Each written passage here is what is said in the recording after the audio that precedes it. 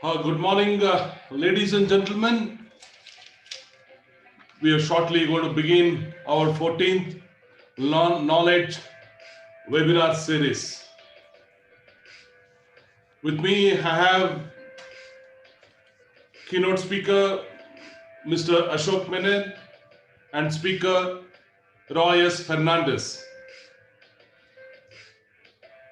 And also, I'm very pleased to see the participants from Australia. We have Tan Sharma from Australia. Then we have Rob Williams, the president of CFPA.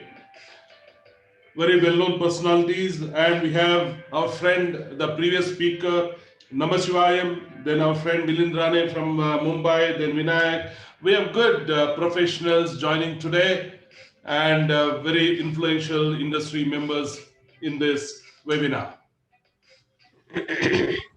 Ladies and gentlemen, we would like to begin. Just want to introduce myself. I'm a son of a firefighter. I'm very proud to say always in my introduction with 33 years of experience in the fire and security industry. I strongly believe that learn everything that is good from others, but bring it in and in your own way observe it.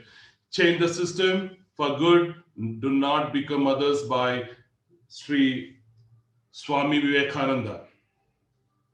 I just wanted to quickly run through some facts. I think most of you would have seen this. And just a short brief why we are continuously doing this webinar on safety and fire subject. Why it is so important to all of us, especially in India.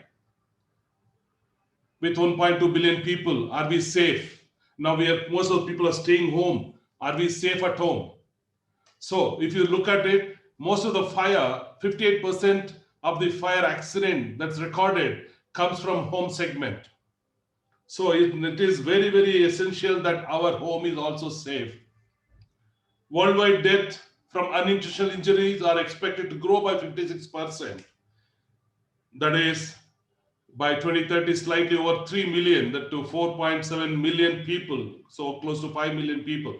So it is estimated more than 90% death worldwide that result from injury occurs in low and middle income countries. 5 of 15 leading causes of death in person between 15 to 29 years of age.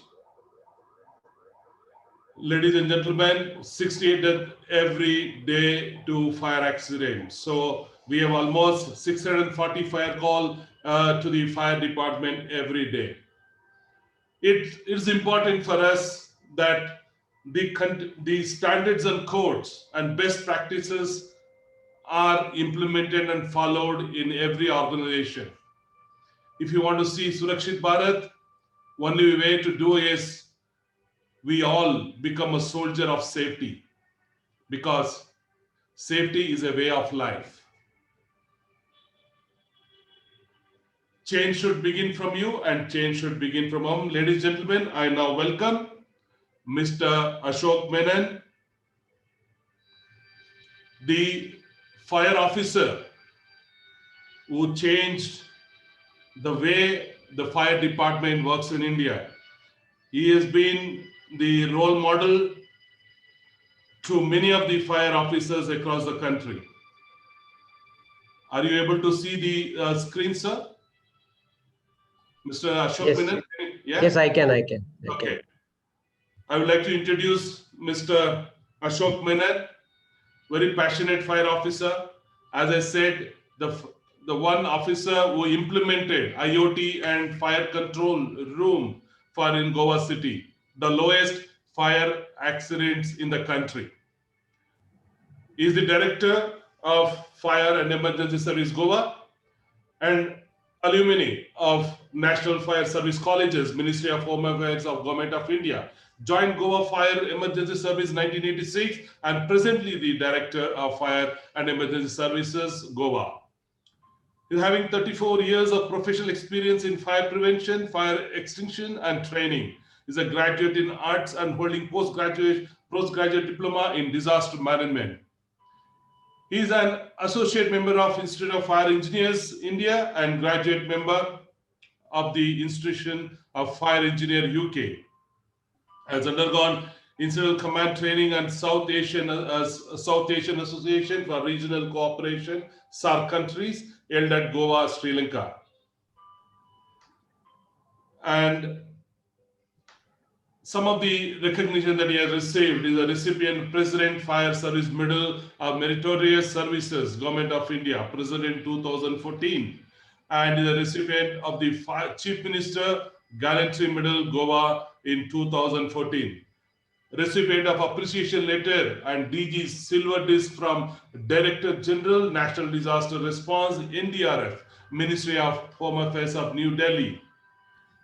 He led the search and rescue team in 2001 in earthquake affected in Bhuj, Gujarat, and was awarded Commendatory Note for extreme devotion and in duties. Recipient of Gold Medal from Ministry of Home Affairs, Government of India in 1998 in a station officer and instructor course at National Fire Service College, Nagpur. Active in the social and charitable services of the Rotary International since 1998. He was the president of Rotary Club Panaji, Midtown for the Rotary in 2009 to 2010. He is also the recipient of Rotary International Avenues of Service Citation for Individual Rotarian in 2014. This is Mr. Ashok Menon. So I'm over to Mr. Ashok Menon to give his opening remarks. Sir, over to you, sir. Thank you, Mr. Dominic. Good morning to everybody, to all the participants.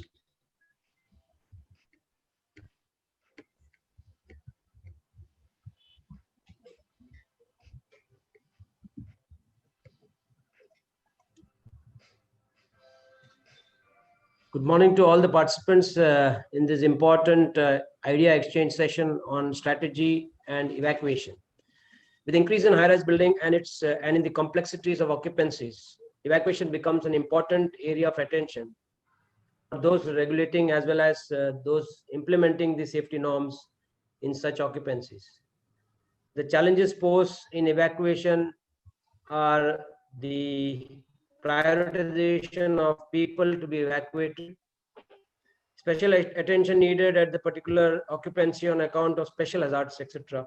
need to be borne in mind and be known to all concerned for smooth and effective evacuation. The knowledge webinar series initiated by Messrs. Blue and Gray is a welcome step for identifying and bridging the knowledge gap, if any. The efforts of Shri Dominic KP, founder, past president of Fire and Security Association of India, in planning and organizing the event needs to be appreciated. His passion for meticulous planning to make these knowledge series very noticeable needs to be also commended.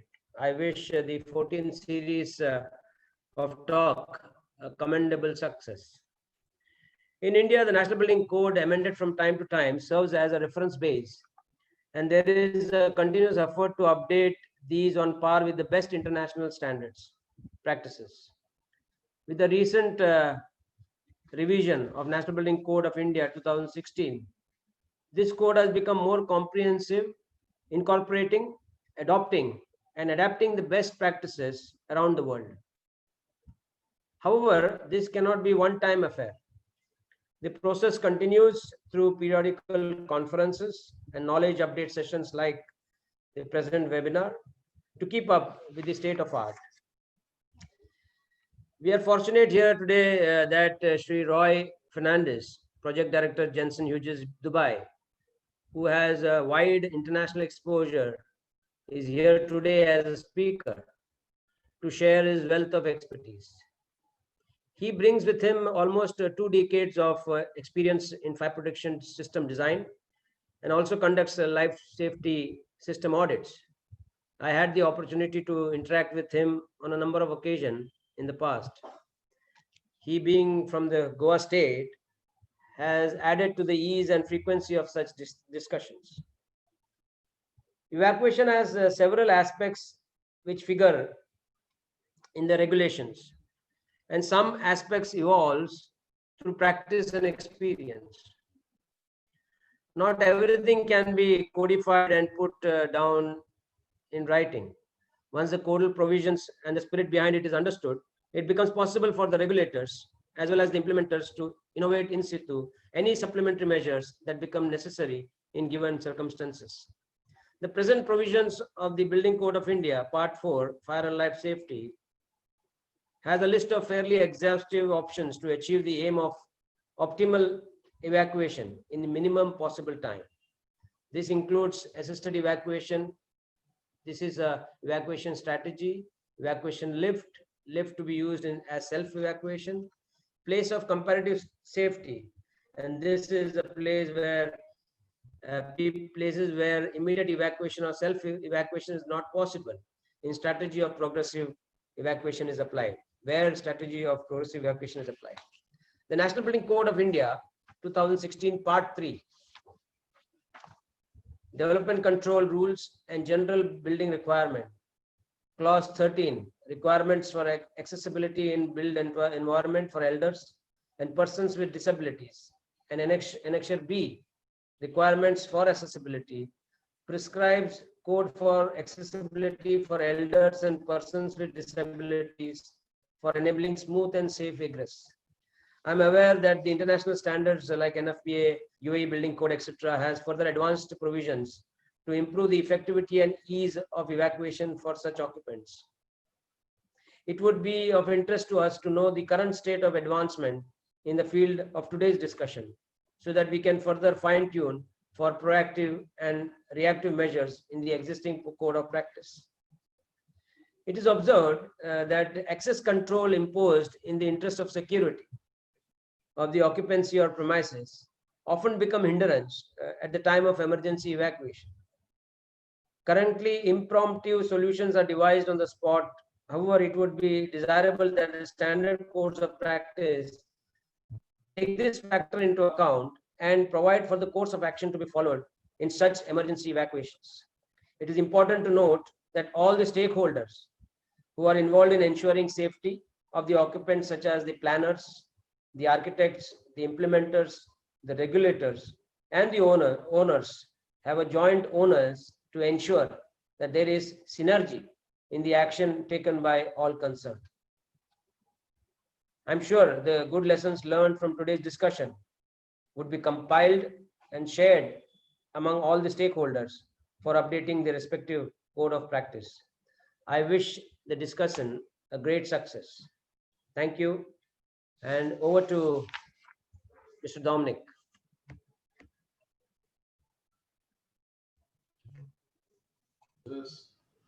Thank you, Mr. Menon. You're a very busy man. I know that next 5 minutes you need to give another address with another important topic around the basement. And unfortunate that we are clashing today, two webinar, and we got to know quite late. Otherwise, one could have postponed this webinar. But however, I'm sure we have so many people are so eager to learn. I'm sure that in future we ensure that we don't clash, and that's the advice you gave me also in the beginning. So in the future, I'll ensure that we don't clash each other. Two professionals don't not to clash. I will be listening to Mr. Roy very much. I'll be here with you on the full session. Definitely require, and also it's a very I'm very glad to see Mr. Rob Williams from Australia is the president of Fire Professional Asia, very well respected, and he's also joined us as a participant. Maybe in the question answer, I would request whether he can come onto the panel and also probably be part of this question answer session that I will just interact. I would like to share again the screen to introduce Mr. Roy S. Fernandez.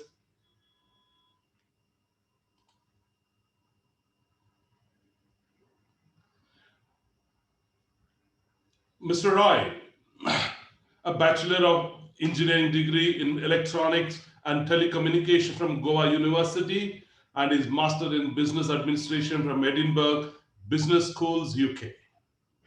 Mr. Fernandez, varied experience over 17 years include fire alarm system design, buildings life safety system audit of many leading hotels brands across the Middle East, Africa, and India, and major international airports, malls, retail, and hospital projects.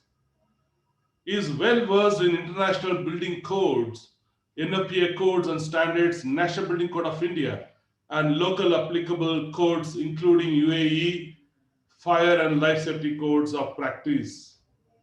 He is also the author of recent publications including Sprinkler Installation and Obstruction on the Consulting Specific Engineers magazine of USA and Code Compliant and Satisfying Standards on NFPA 72 2019 edition on the Fire Middle East magazine of UK. Roy Fernandez has been attending various webinars and our association seminars in India and Middle East. Young, energetic, very passionate, professional Roy S. Fernandez. I welcome him to address the participants. Thank you. Over to Roy.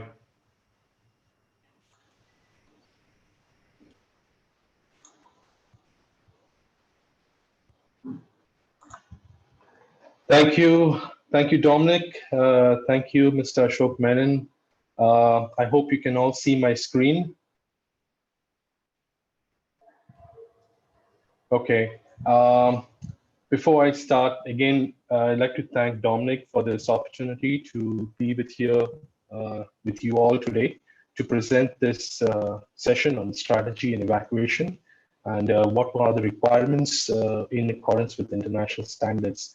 In particular, we'll be looking at the NFPA codes and standards. I'd also like to thank Mr. Ashok Menon for his invaluable service that he's provided to the state of Goa for the last 34 years. It is indeed a privilege to have him be in charge of such a vital portfolio of the Goa Fire Department. And being Goan, I feel lucky to have him look after the state of Goa. And thank you for your address and your keynote speech this morning.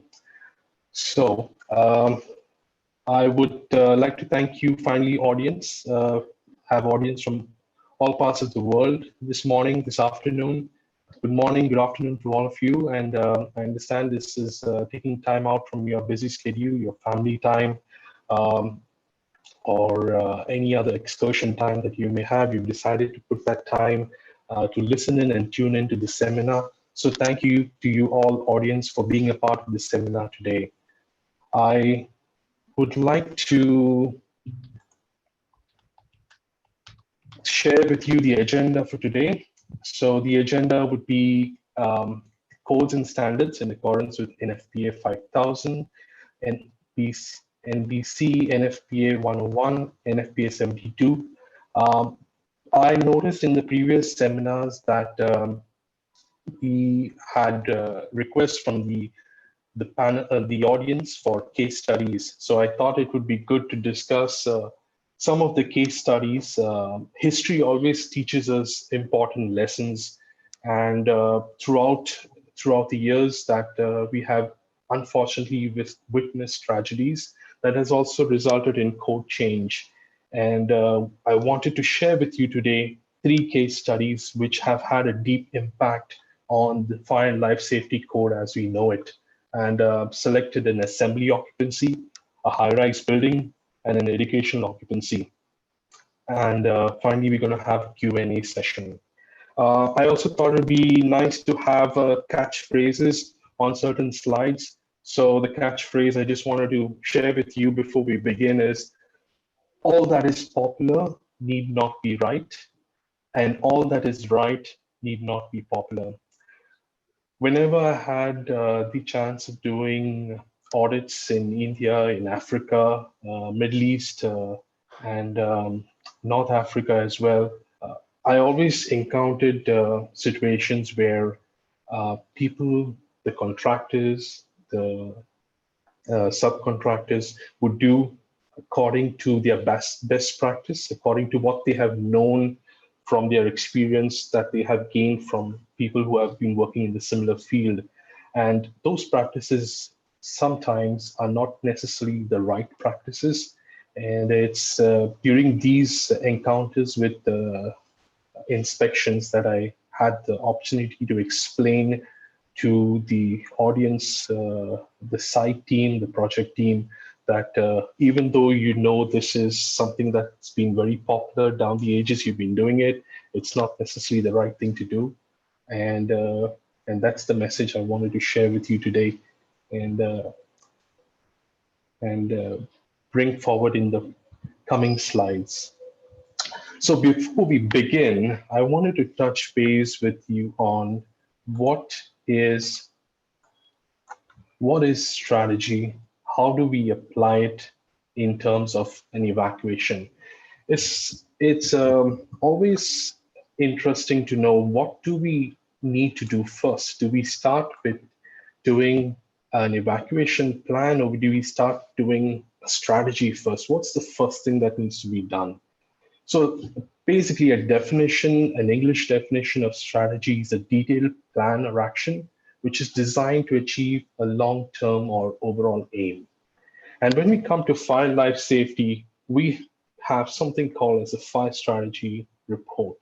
So that's a document which has a consolidation of all the key facts that we need to prepare in order to convert our initial design, concept design, to an as-built, and eventually have all the systems in place for the building to work satisfactorily and in a code-compliant manner. So fire strategy report is basically a document which includes the applicable codes and standards, the occupancy classification for that project. It could be a mall, it could be a hospital, it could be an airport, or it could be a low-rise residential apartment. Then we have the next part, which talks about the occupancy classification, followed by means of egress. A means of egress is basically your exit stairs, your exit access, and all exit access passageways that's related to getting people safely out of the building. The next section that it involves is the firefighting systems, which includes, in the typical systems, we know the sprinkler systems. And in some rooms where water could not be used or is prohibited by the local codes, where an alternative suppression agent is used, it includes those automatic extinguishing agents. For example, you may have a large LV room where you may not, where you're not permitted to use water, and you have to use an alternative extinguishing agent system, such as a clean agent system. Or you may have a kitchen hood where you have specialized systems, such as wet chemical listed suppression systems. So these are alternative extinguishing agents which come under firefighting systems in the, Next topic is the fire detection and alarm system, which includes your smoke detectors, heat detectors, interfaces with your firefighting systems, interfaces with access control, as Mr. Ashok Menon just said, about how should we interface access control with the fire alarm systems.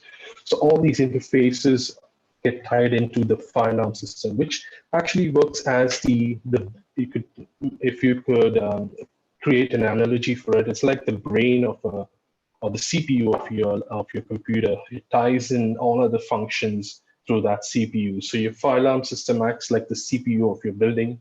It ties in all the other interfaces together in order to work in a cohesive unit.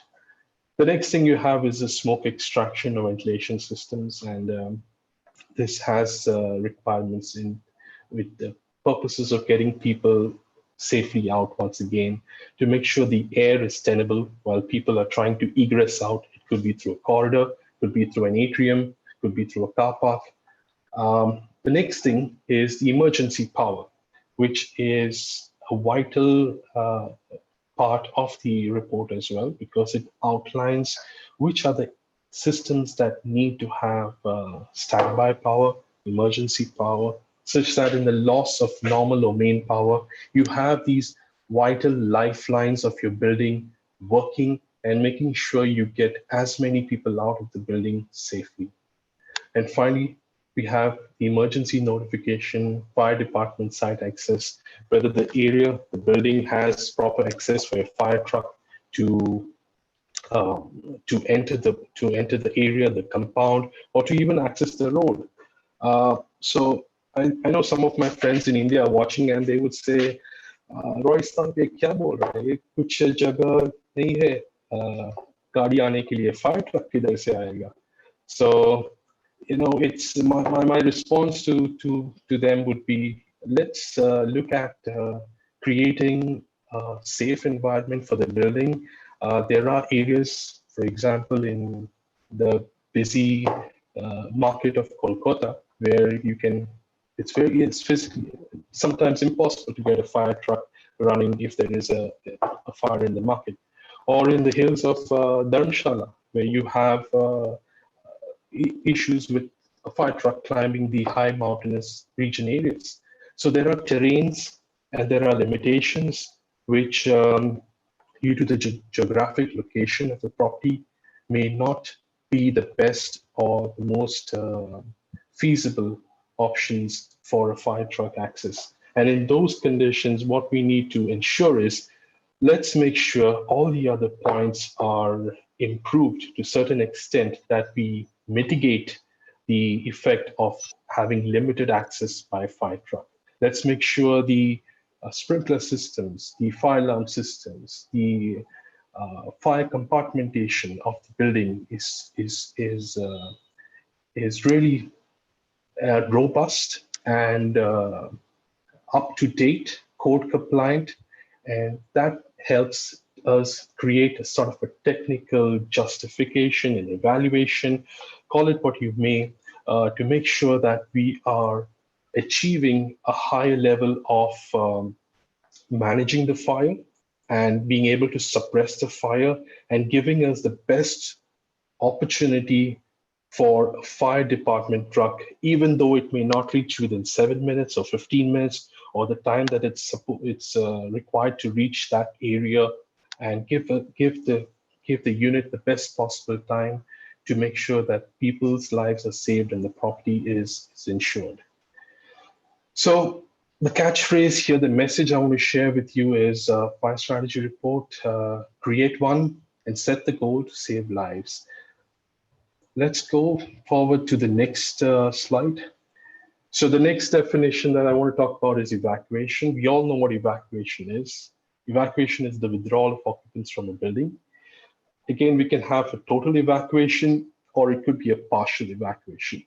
Total evacuation is where we get everyone out of the building. This could be in a very calm and organized manner, or it could be in a very chaotic and a haphazard manner, which is usually the latter when there is a fire and it's recognized at a later stage. And then we have partial evacuation, which is basically getting people, not all of them, out of the building, but we are prioritizing. We are making sure that those levels which are more at risk due to fire spread, flame spread, smoke spread are attended to first. So those areas are prioritized. This could be floors in a building. It could be a set of floors. It could be a single floor. It could be several floors. We are prioritizing our evacuation. And that's another key aspect of making sure that we minimize the damage to lives. We minimize the damage to the property as well. It's not necessary that all of these occupants are evacuated out of the building. They could be evacuated to an area of refuge until the fire is contained and suppressed. I'll talk about area of refuge in the coming slides, but partial evacuation doesn't mean we get everyone out of the building. It could mean we get a portion of the people up to a refuge area where they can stay until the fire is controlled or the fire department have control of the situation. Another word that you may come across for partial evacuation is staged evacuation, zone evacuation, or phased evacuation. During my experience in the Middle East, we have the concept of being the biggest, the largest, the tallest. So I had my share experience dealing with partial evacuation. when it comes to malls, or when it comes to airports. They're very tricky situations because it's impossible to get everyone out of the mall together at the same time. So methodologies of partial evacuation, having people move through horizontal fire exits is one option. Same in hospitals, where you have people moving towards one side through the horizontal exits. With airports, it's even trickier because you have people who are legally allowed to be in the country and those who are not permitted or do not have the required um, credentials to be in the country, those who come on visits or those who come on vacations to a country, or maybe a holiday, or maybe for a business meeting, and they may have the nationality of another country. So how do we differentiate these clean from unclean areas? How do we evacuate? Do we mix them together? How is that evacuation going to happen? These are all different types of occupancies, and there is different kind of evacuation strategy for each one. It's not one size fits all. And the key message here again is prioritization. This could be the difference between life and death. So now I wanted to share with you a case study. And the first case study that I wanted to share with you today is that of an assembly occupancy.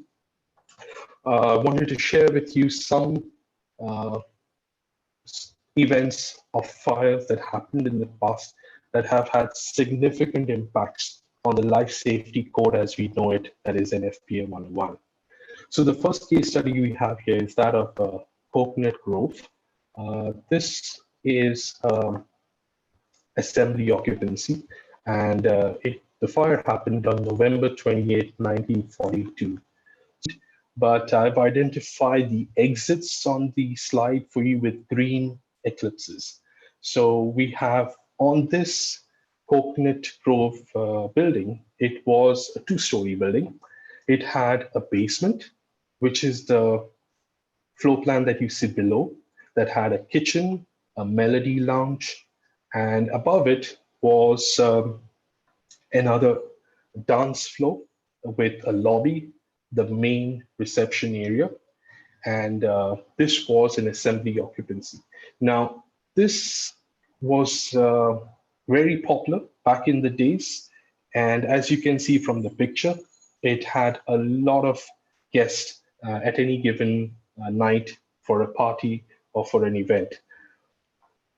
Well, they had some additions as they started expanding their business. So they decided to acquire an adjacent building, and which again was a two-story building, and add it to the existing Coconut Grove and sell the whole structure under the same license of Coconut Grove. So they added the new cocktail lounge, which is the one on the far right that you see, which was connected to the existing building.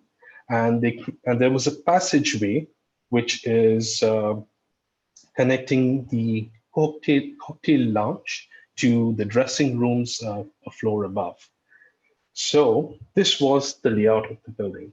And in terms of the number of exits, there were 6 exits. The green eclipse that I've shown on the floor plan indicate the 6 exits. So there were 5 exits on the ground floor level and 1 exit, which is exit leading directly to the outside at the basement level. There was another staircase which connected the Melody Lounge to the ground floor. So people in that lounge basically had just 1 exit to climb up the stair and to come to the ground level so that they could go out of the establishment. The property itself was a reinforced concrete cement property. So you could say it was just like any other normal brick and mortar, concrete, solid construction property. However, they decided, in order to beautify the place, to add a lot of interior furnishings in order to make the place more receptive to the ambient surroundings. So they added a lot of colorful fabrics, artificial leather, cloth on the ceiling, imitation coconut palm trees. So immediately this was a red flag to any fire life safety consultant. It's you have a building which is solid and non-combustible, and then you make it compromised by adding interior finishing, which has a lot of combustibility uh, within it. The fire lasted for 12 minutes. The fire originated in the Melody Lounge, and there were 492 deaths on that day. Within 12 minutes, 492 people died. So that's how fast fire can spread, and that's how many people can die in such a short span of time. So, what were the factors that were the unfortunate factors that contributed to the events, number of deaths? The interior finish, the combustible nature of the interior finish. The basement has just one exit. And the second exit, even though it was there, nobody knew about it because they had false walls made of wood. So that was again having a level of combustibility. So those false walls basically hid the second exit into the alley in the backyard of the building. The only people who knew that there was a hidden wall through those wooden doors were the staff who were working. So they were the only people who knew and who escaped through that passageway. The occupant load was designated as 600. However, during that day, there were estimated of 1,000 people in that particular space. The main entrance, as you see on the ground floor, where you see the word written arcade marquee, the revolving door. The main door was a revolving door. When the fire was put out by the firefighters and the dust had settled, and as 200 people were found in behind that door, the bodies were just piled one above the other. That was the location where they found the most number of people. The second location where they found the most number of people was the Broadway Lounge, which is the new cocktail lounge. And if you look very closely, the door swing was not swinging out. The door swing was inwards. So that's where they found 100 people trying to get out of the door, but the door was swinging inwards, so they were unable to exit. Once they entered that passageway, then the next door leading to the exterior was this double swinging door in the direction of egress. But in order to reach into that lobby area, they had to get through this inward swinging door, which unfortunately was the wrong thing or the wrong swing that was there and prevented the stampede of people from going out. One of the articles after the fire happened was published as statements that said action will be taken to prevent another coconut grove, but somebody could have taken action to prevent this one. So they knew that something could have been done, but unfortunately, nothing was done until this tragedy happened. So what were the lessons learned? That fire inspections need to be conducted when facilities are in operation. Despite, however, good we feel and we think that the structure of the building is, there's always things that happen once the building gets occupied. And if there's no control measures that are put in place of checking what are those factors that are being brought into the building that could affect the life safety of that property, what risk that could be brought into that building due to the unwanted or maybe needed but not fire rated equipment, fire rated furnishings, and that could spread the flame and smoke at a phenomenal pace. These are things that need to be checked. So fire inspections, fire audits, are very important once the buildings are in place, that these inspections be conducted regularly, periodically, to make sure that the safety of everyone in that establishment is taken care of.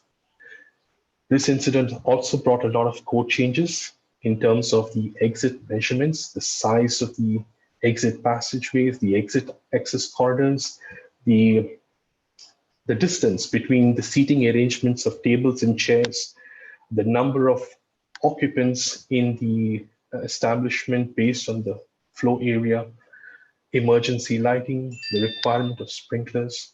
All these changes were brought about when this fire tragedy happened. And the final thing that came about was the Steiner test, which was A.J. Steiner, who was working with UL at that time.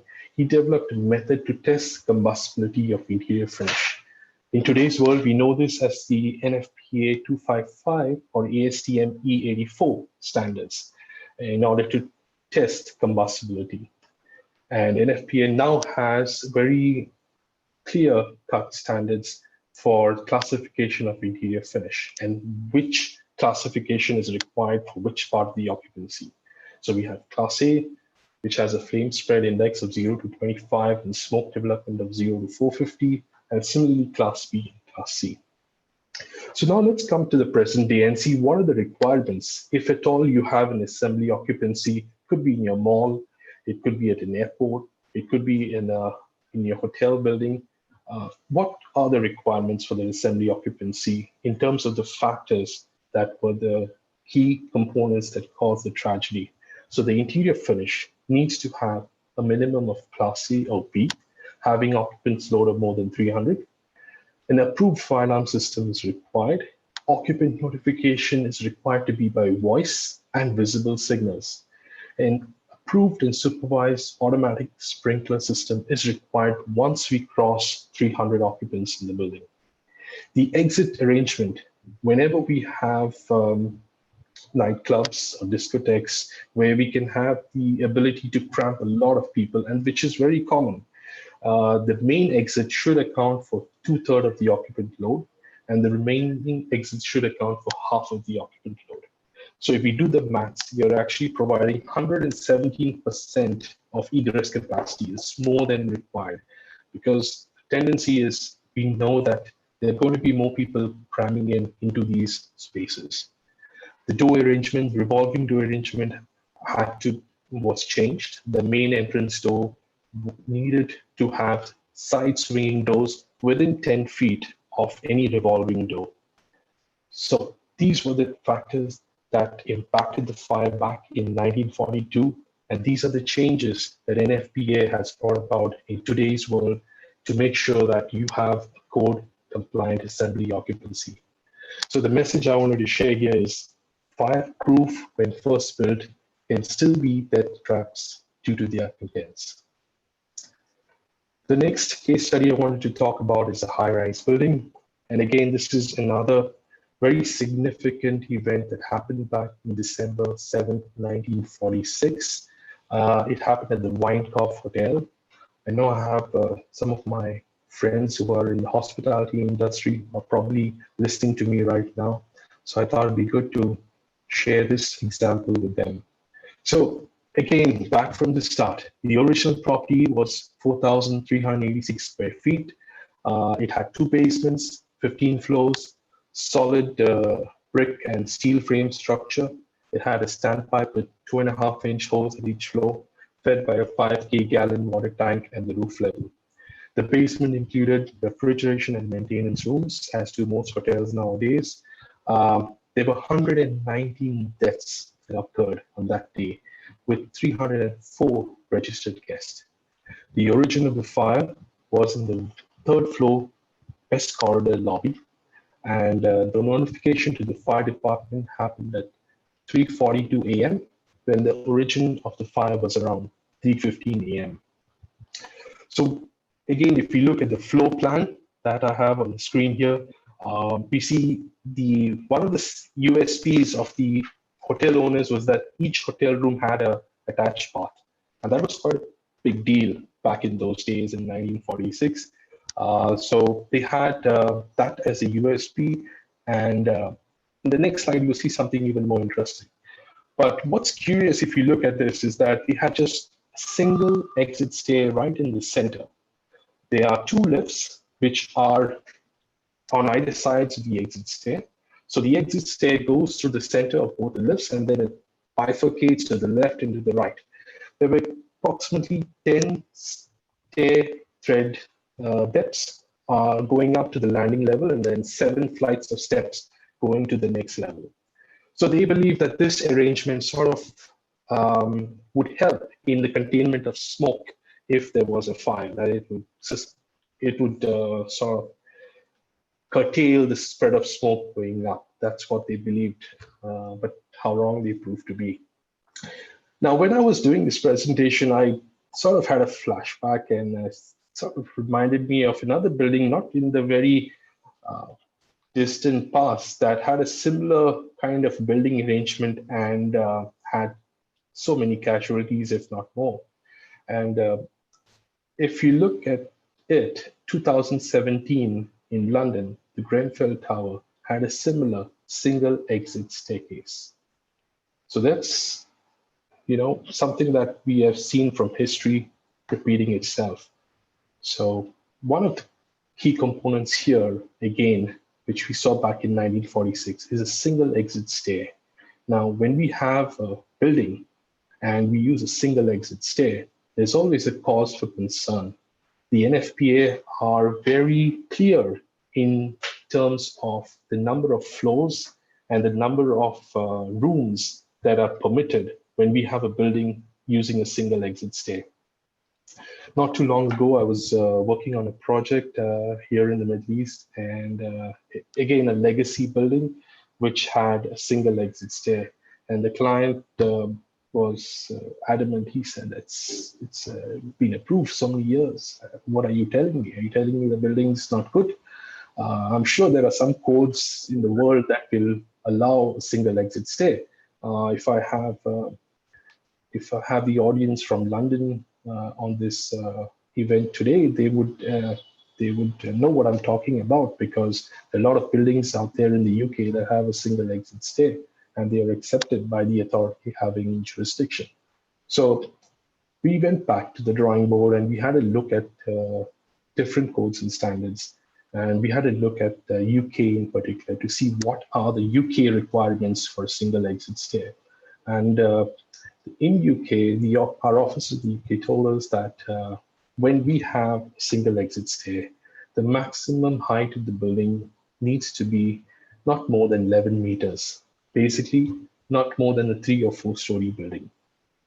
So that's one of the exemptions for having a single exit stair. So we have building not more than 4 floors. If you look at NFPA 101, which has a little more detail, similarly, it says not more than 4 stories. Each floor should have not more than 4 apartments, 4 rooms, 4 guest rooms, and the travel distance should be not more than 10.7 meters. And the buildings need to be sprinklered. So there are requirements, there are checks that are put in place when you have a single exit stair. Because as we saw back in 1946, one of the key factors in getting people out was compromised, and that was the exit stair. So let's look at the other factors that played an event. Again, wood and transoms, baseboards, trim, waistcoat moldings, combustible wall finishes. All of these, though having very small area along, if we compare it to the total size of the building, but these small surface areas of combustible finishes were enough to spread the fire and burn the 6th to the 12th floors completely. Besides a single exit stair, the exit stair was not separated. So there was no fire door separating the exit stair from the rest of the hotel area. The hotel had a central fire alarm system, which was manual. So the only thing that was could notify the fire department was a manual call point at the front desk. During the investigation, they found that the building was not sounded. Could possibly have been that the fire alarm system was not functional, or nobody was present at the front desk to push that button. Maybe someone panicked and ran, or there was no plan in place of what to do, how to approach this situation, which they never thought would happen. The next thing that contributed to the spread of fire was transoms. Now, there are architects, they know what transoms are. They're basically wooden boards above a door frame, which allow the ventilation of the room, passage of light, and basically it was a feature back in those days to have this kind of an arrangement for hotel buildings where they would have transoms. If any of you have the opportunity to visit old hotel buildings, you may find these transoms still there, but now there are measures in place how to overcome these transoms. And basically what the NFPA says is that any existing building with transoms now should be locked, shut. So you basically make sure that they're closed at all times, because your door is going to act as your first line of defense when the fire comes raging through that corridor. So the message here is delayed discovery, delayed alarm to the fire department, produce a situation which the fire department could not be expected to overcome without a heavy loss of life. What were the lessons learned? Whatever practices they felt were the best practices and they adopted those practices had to be relooked at, had to be re-examined. The presence of automatic fire detection, if present in the corridors, would give a much quicker response, would give a much quicker notification. Egress staircases need to be enclosed. The number of means of egress needed to be relooked at, because having a single exit staircase, even in today's world, will not work. There are some saying that there are some authority having jurisdictions around the world which some of our friends in Australia use a performance-based criteria, where we have performance-based tests to show that we have alternative life safety arrangements which would support the evacuation of people in a single exit stair. Some of them could be providing smoke extraction, mechanical vents in the corridor.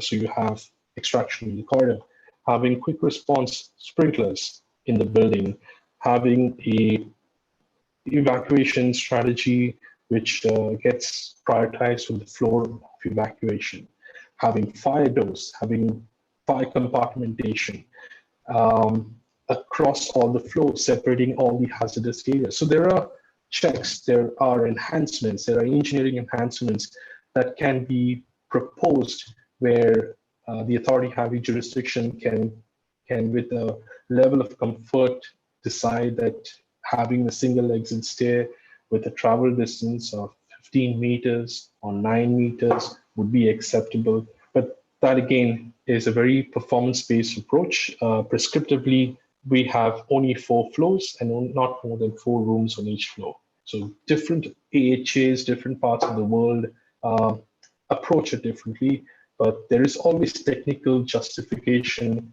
evaluation put forward to the AHA to say we have these engineering enhancements in place in order to support the existing building, which is having a single exit stair, which has grandfather rights and has been there since ages.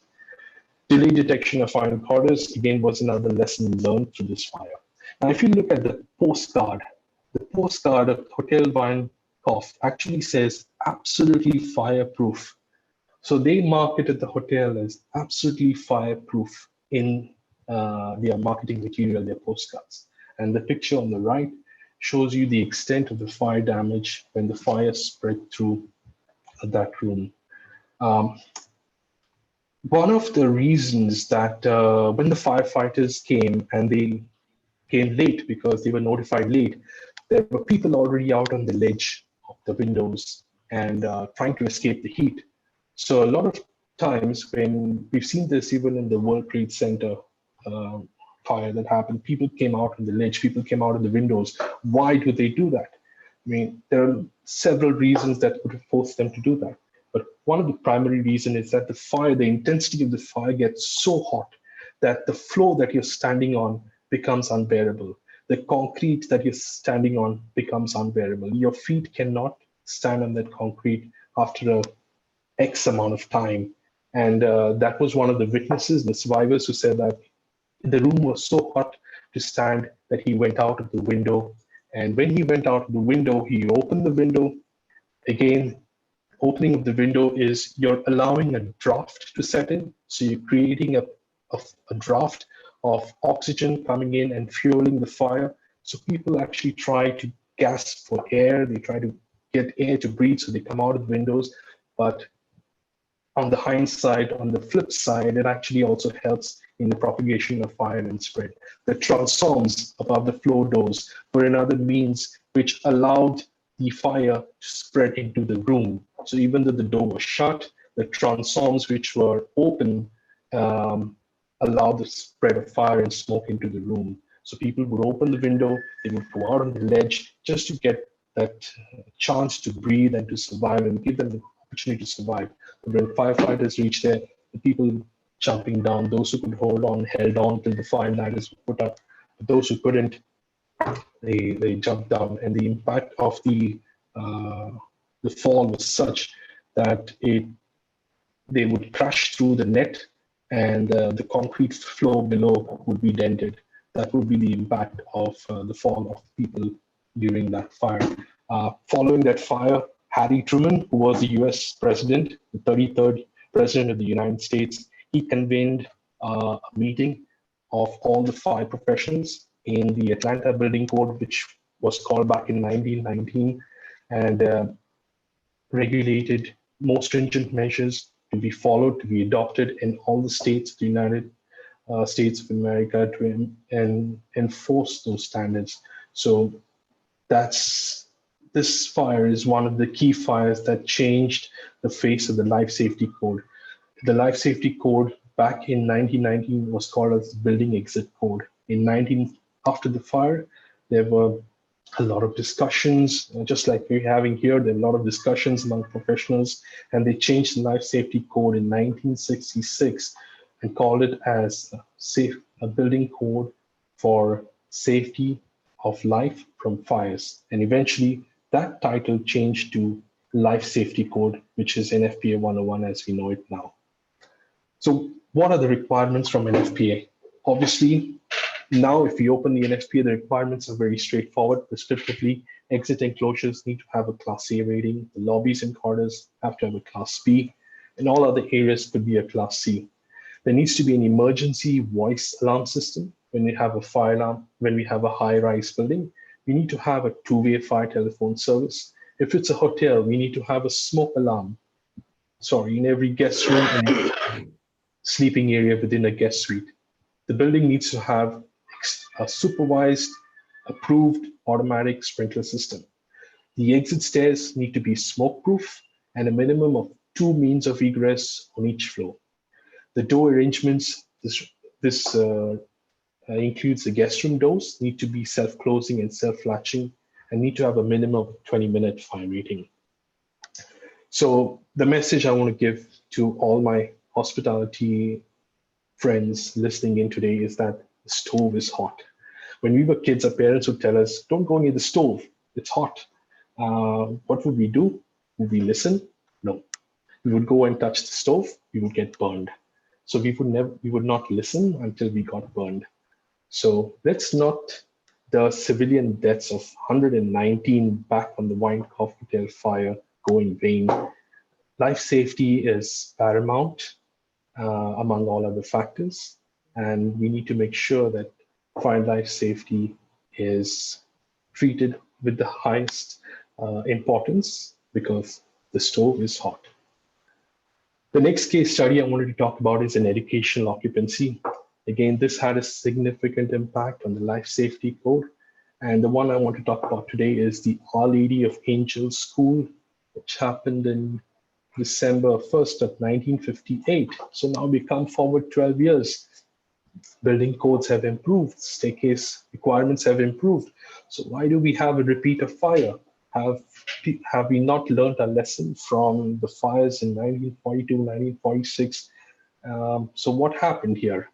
So this school, which is a brick and construction, which was typical construction back in those days, solid construction, had again a lot of wooden trim throughout. And the reason the wooden trim was there in the interior part of the building was that it's a much cheaper option than concrete. So that was the reason. It was economically cheaper, but it was deadly. The basement had a boiler room and a chapel. There were 1,668 students registered with the school. There were 95 deaths, which included 92 students and 3 nuns. The origin of the fire was at the basement below the north wing stair, possibly. Again, there was a delay in notification to the fire department. They were notified at 2:42 p.m. Now, schools usually used to get over at 3 p.m. So all the kids in the school must have been waiting for that bell to ring so that they would run back to their home and have an enjoyable rest of the day. And unfortunately, it was not the case on that unfortunate day. The time of origin of the fire was estimated to be between 2 and 2:25 p.m.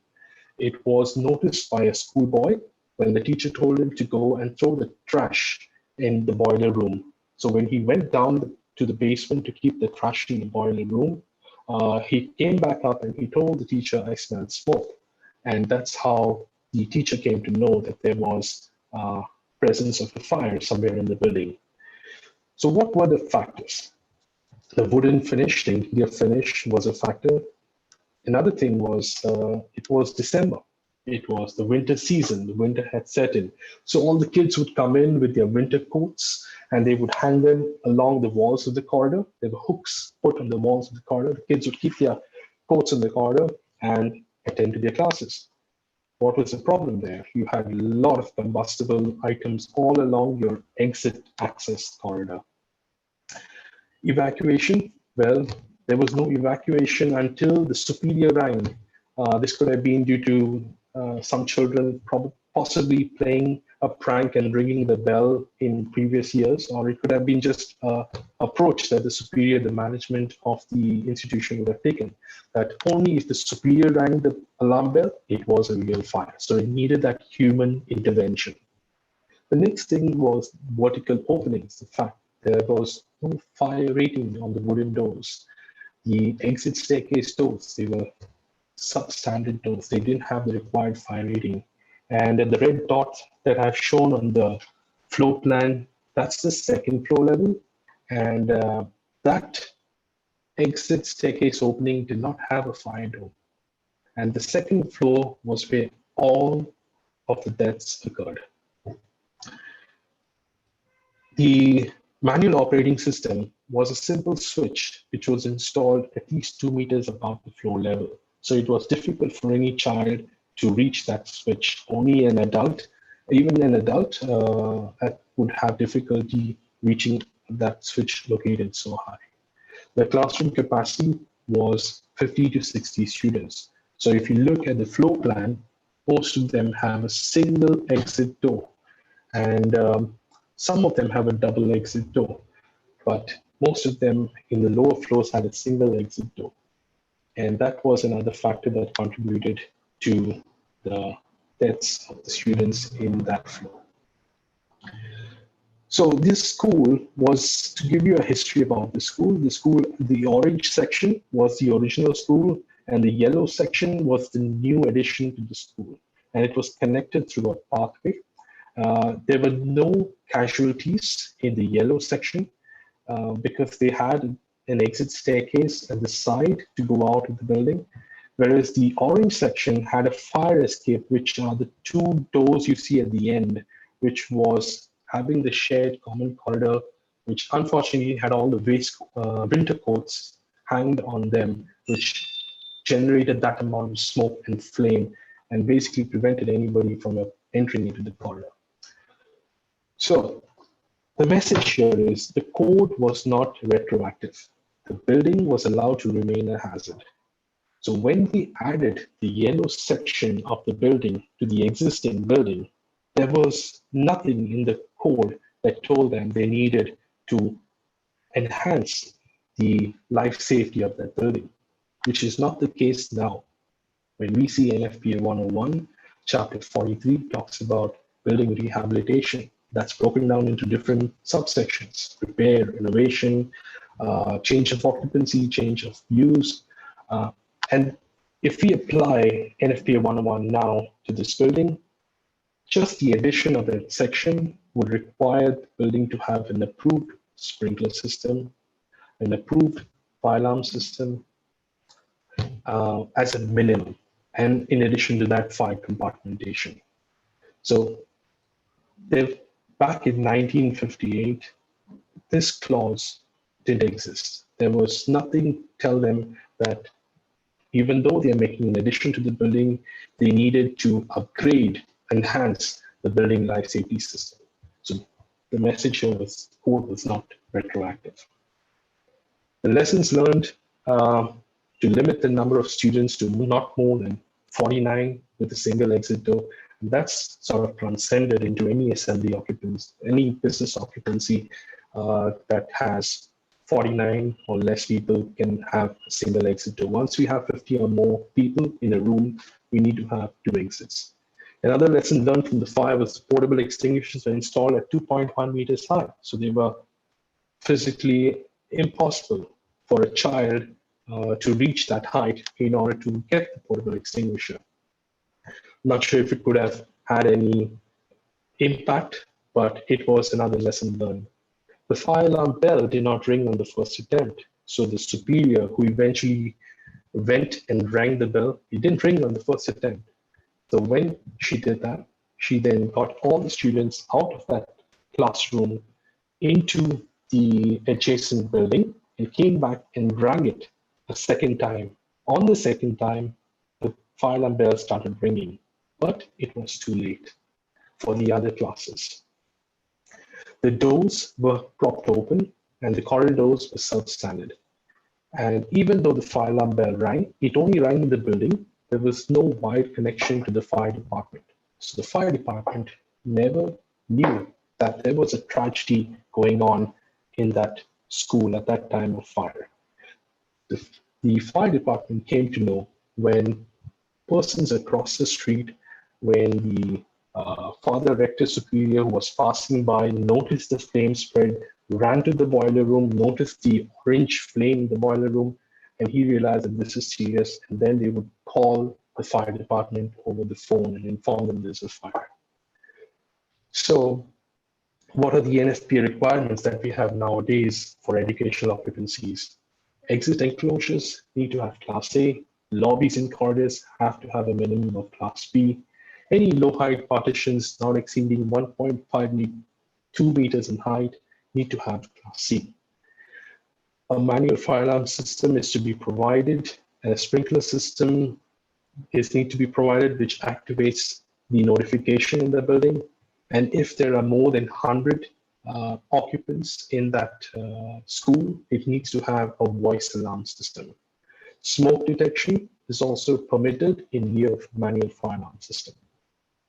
In terms of extinguishing, if the building exceeds 1,020 square meters, it needs to have a sprinkler system.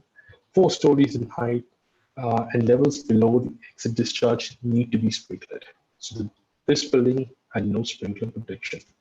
Exit arrangement, again, 2 means of egress at each floor. Any classroom more than 93 square meters, more than 49 students need to have 2 exits. If the building is not sprinkled, the NFPA requires a window for any classroom more than 23.2 square meters, and that window should have access directly to the public way or to the public yard, so that a fire department could put the ladder and approach the occupants who are trying to evacuate from that window. One of the comments from the articles on this fire was that the practiced fire drill for the students was come out of your classrooms, go through the corridor into the fire escape. This was the fire drill we kept on practicing. At the time of fire, it was not possible because there was no fire door to stop the spread of fire entering into the corridors. The whole corridor was filled up with smoke and flames due to the coats that were hanging, and it was basically suffocating anyone who tried to enter into the corridor. So again, this was one of the reasons where the students were informed of the evacuation plan, but they couldn't use it because that evacuation plan was compromised. So let's come to modern day evacuation strategies.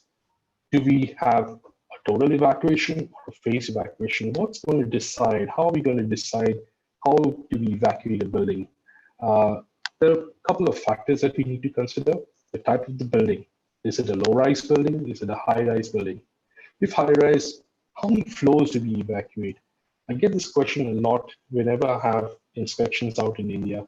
And I've done inspections throughout India, from this super hot city of Chennai to the super humid evergreen city of Kerala, and to up north in Ludhiana and Bristol, to down in my home state of Goa.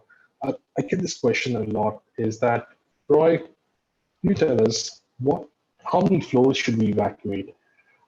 So rather than me telling you, let me share with you the recommendation from NFPA. So NFPA has a recommendation that during a fire, the floor of incident, the floor above, and the floor below is the minimum evacuation zone that you should consider. This is obviously a recommendation. Some establishments prefer to have it only on the floor of incident because they do not want to create unnecessary panic due to the contingency measures from the other life safety components that are already in place. And so there is no hard and fast rule in NFPA that you have to evacuate these many floors. It's not set in stone. There is a recommendation to have that evacuation zone. It's different when we have occupant evacuation elevators. We call that as OEO in NFPA 101, and there's a whole lot of requirements for that in NFPA 72. So for occupant evacuation elevators, NFPA very specifically designs the evacuation zone, and I'll come to that when I have a slide on the OEO elevators. The other thing we need to consider in evacuation is the methodology.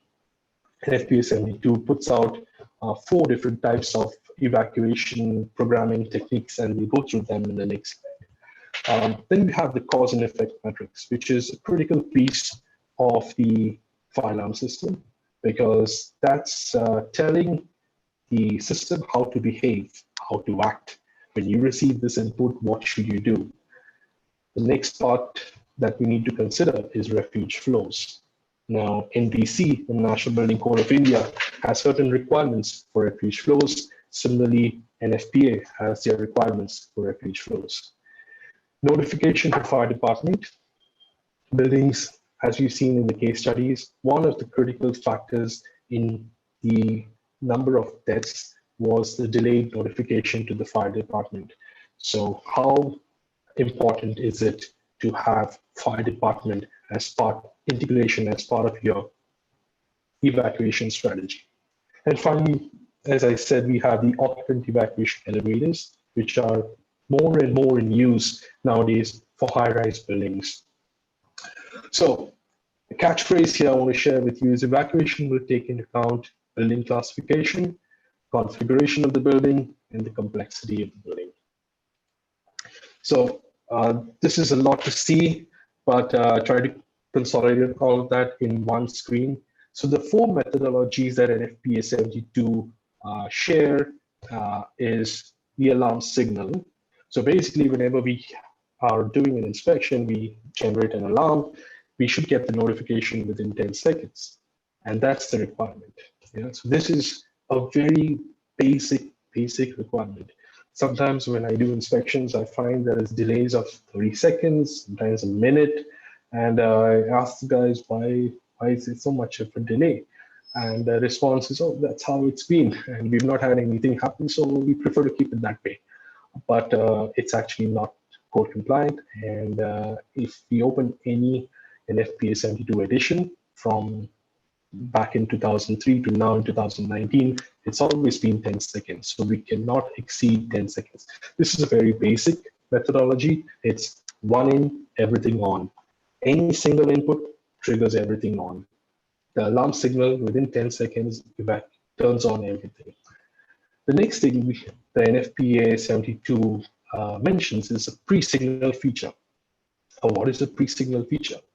Now, this concept of one in, all out was good for some clients, but it was a pain for others because they didn't want to cause business interruptions.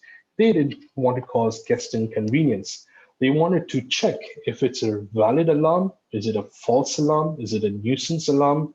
So they wanted to have that check in place before the fire alarm notification would go off. So there was a pre-signal feature methodology introduced in NFPA 72. Now, the important thing here is that it needed human intervention.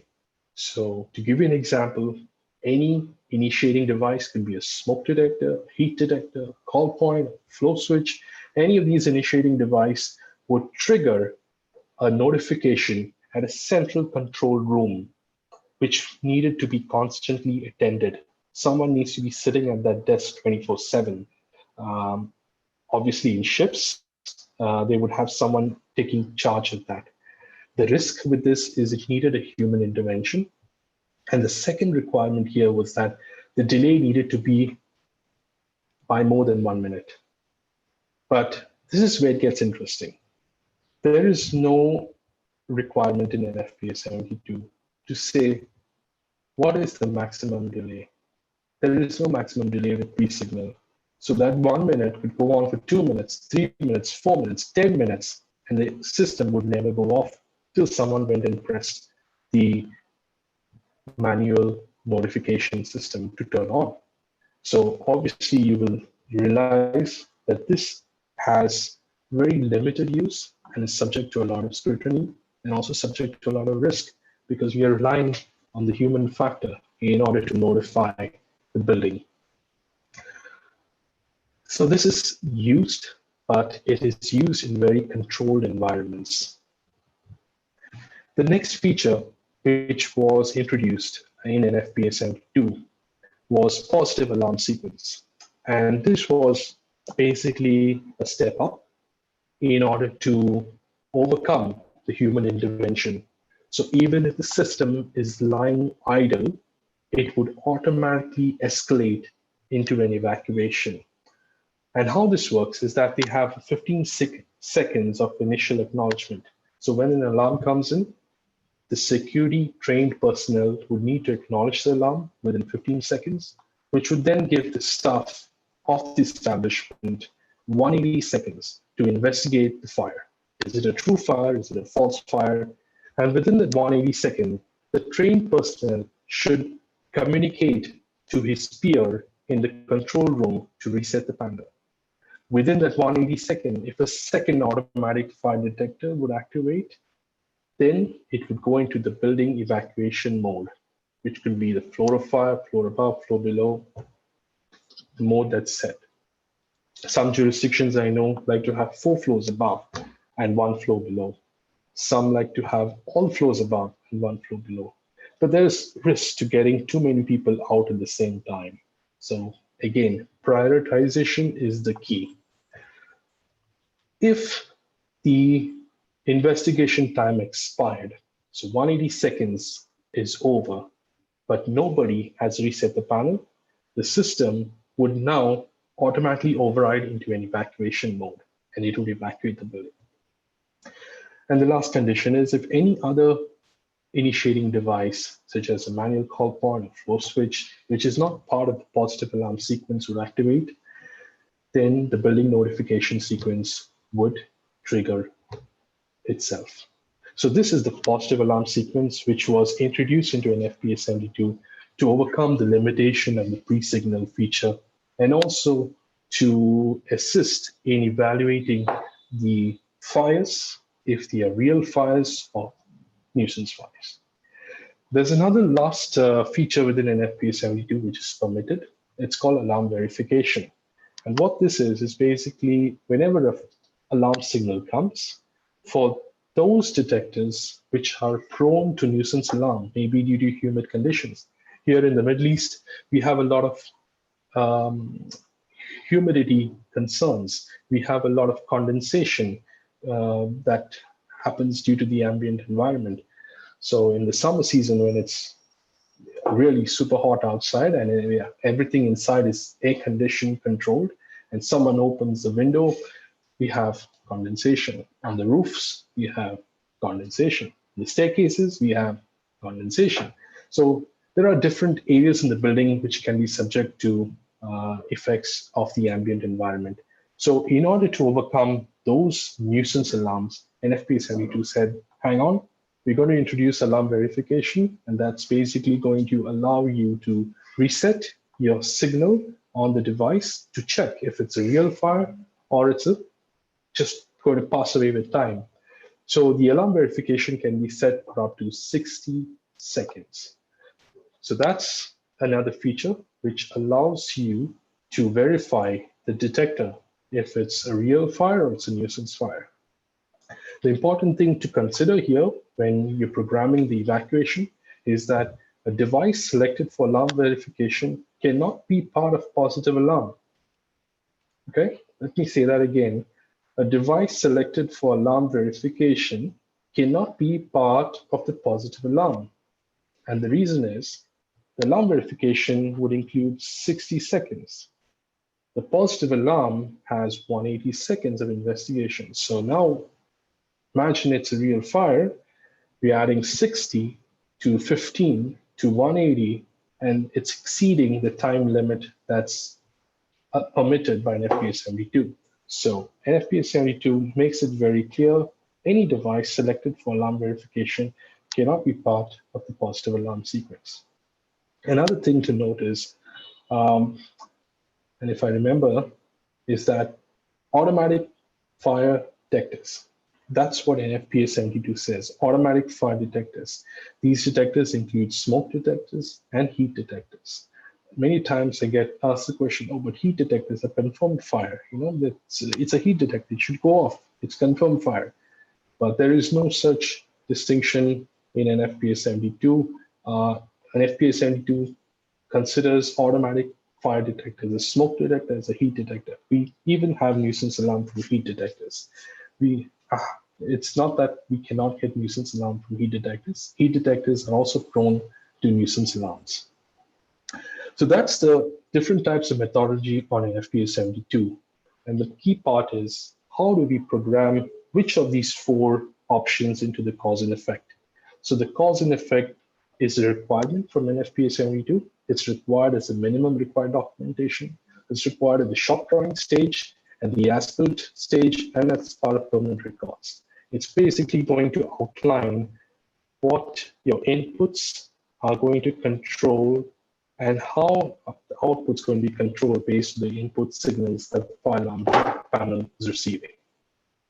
So the cause and effect matrix is another very important part of the programming that goes on into the whole evacuation plan of the fire alarm system for that building. Refuge flows. This is a topic which has provided some level of, it's brought into the code to give a level of support to the evacuation process. So in buildings where we cannot evacuate everybody out, we have refuge flows. So what's a refuge flow? By definition of NFPA 5000, a refuge flow can be any story in the building that's protected by a supervised automatic sprinkler system and has not less than 2 accessible rooms separated by smoke-resisting partition. So any sprinkler flow on your building could serve as a refuge flow. However, we have specific requirements on which floors do we need them to be stationed at.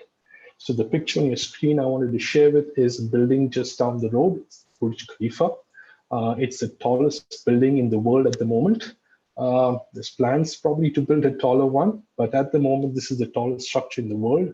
It has 4 refuge floors on the 42nd, 79th, 111th, and 126th floors. So these refuge floors serve as a temporary means of escape for the occupants of the building during an evacuation plan.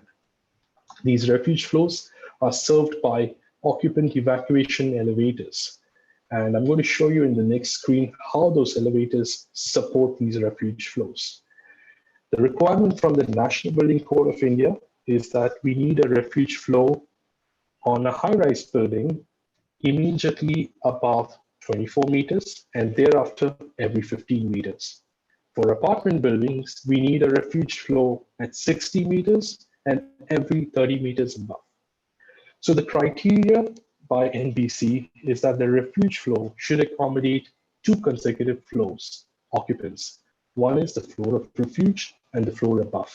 And the minimum area of that refuge space should be not less, than 15 square meters. Now the D6 classified occupancy in NBC, which refers to the assembly and mercantile occupancies, need a refuge floor above 18 meters and the next one above 24 meters. And the refuge area should have not less than 10% of the gross area, each of them not less than 100 square meters. Now, there are requirements in the Life Safety Code in NFPA 72, which put forward what are the components this refuge area, refuge space need to have. It needs to have a 2-hour separation, it needs to have access to an enclosed exit stairwell, a firefighting lift, the passage to approach this refuge floor. If someone wants to leave the refuge floor, should not re-enter into the building space that he used to enter the refuge floor. So you basically are not re-entering into the building. You're finding a way out of the building through this refuge floor and with the help of firefighters who are going to come and get you. But how will they know that you are there? You need to have a way to communicate that someone is in the refuge floor.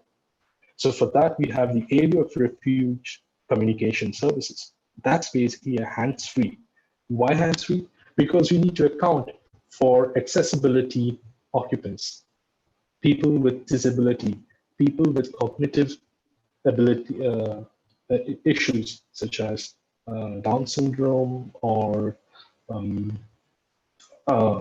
Parkinson's or any other cognitive disabilities that the person could suffer.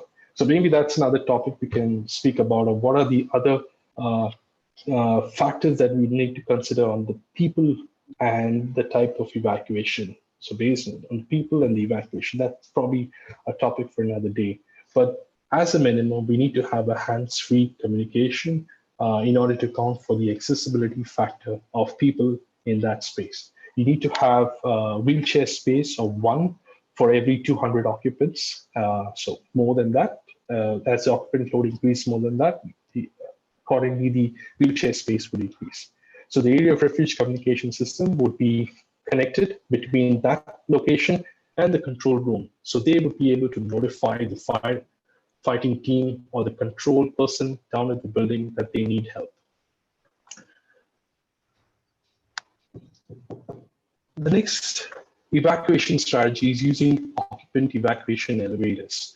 And OEO is a new topic which has been consolidated in association with ANSI and ASME, the Safety Code of Elevators. So occupant evacuation elevators are basically going to reduce the amount of time we need to get people out of the building. Let me say this, it is not replacing the arrangement for means of egress. It is not replacing the number of means of egress that's required or the capacity of the means of egress. It's purely used as a tool for evacuation. How do we get people out of high-rise buildings safely in the shortest possible time? So again, the screen that you see in front of you has the Burj Khalifa, and the red color bars that you see going up are occupant evacuation elevators. So these elevators are dedicated for occupant evacuation. Now, there's a difference when we say occupant evacuation and fire service elevators. They are not the same. There's a difference between them. So the occupant evacuation elevator has certain criteria that needs to be followed in order to meet the requirement of being called as an occupant evacuation elevator. For one, it needs to have an enclosed elevator lobby, an enclosed exit stair access. So that occupant evacuation elevator will be serving a dedicated space. It needs to have a voice evacuation system in the lobby. The lobby needs to be smoke proof from the rest of the building area. It also needs to prevent any water from infiltrating into the lobby. Some of the techniques that are used is having a sloping flow or a drain arrangement such that water burst from a single sprinkler would drain and sprinkle down from the sides of the door enclosing the elevator lobby. The elevator lobby needs to be 1 hour rated.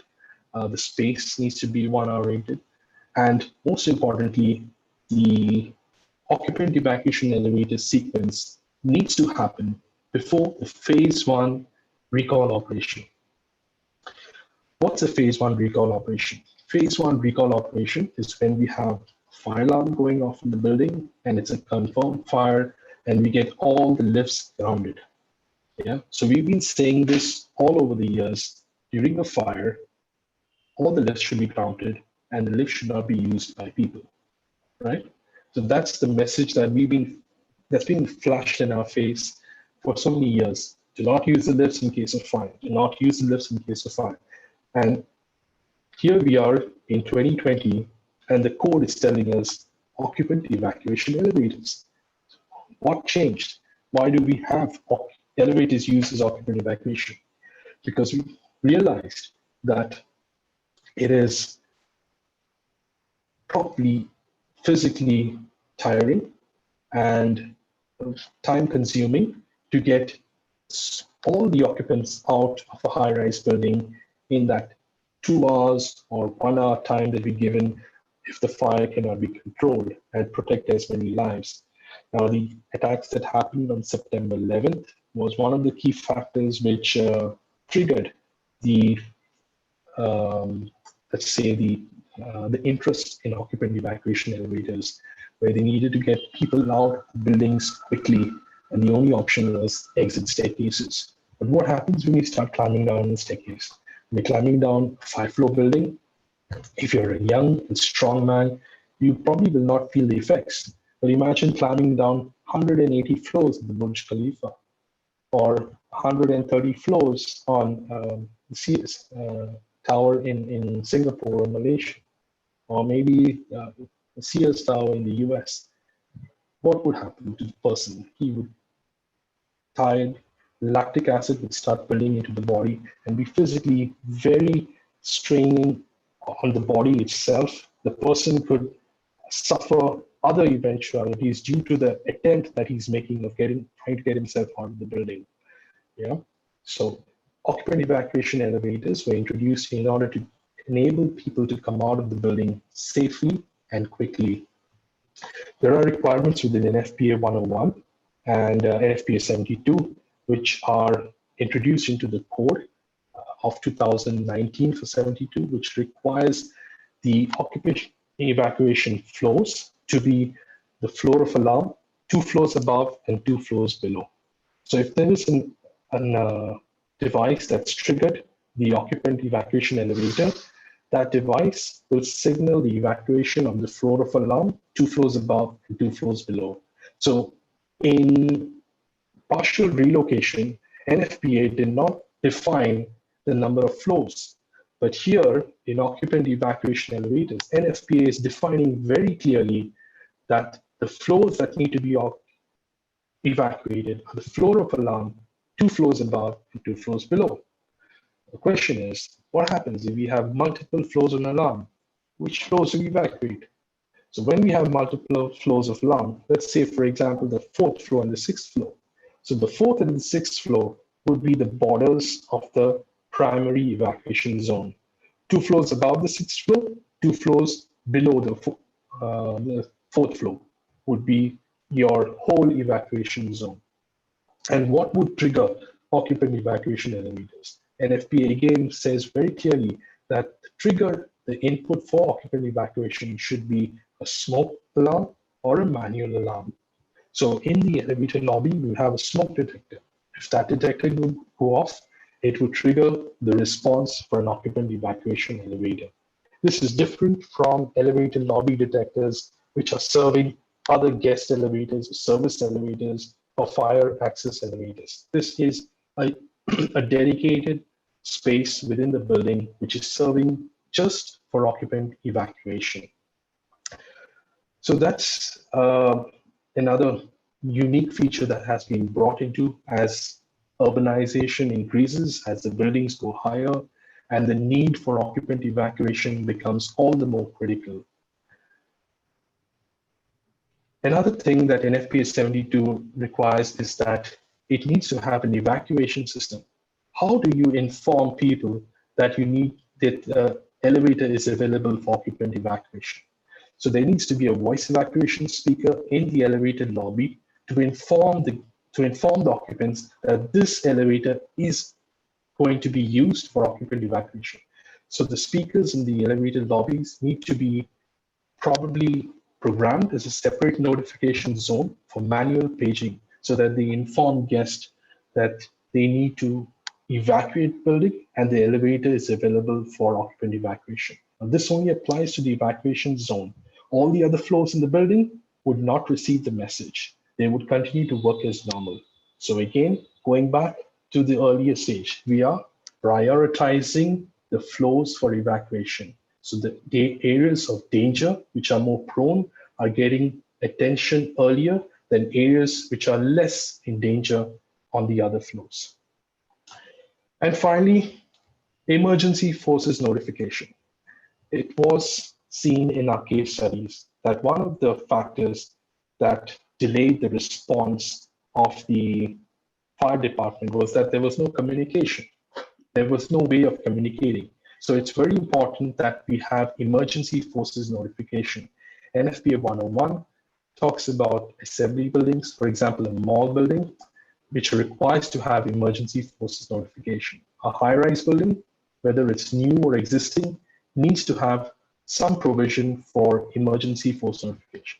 Even educational occupancies, all of them need to have a means to notify the fire department that there is a danger within the building and they need to be notified.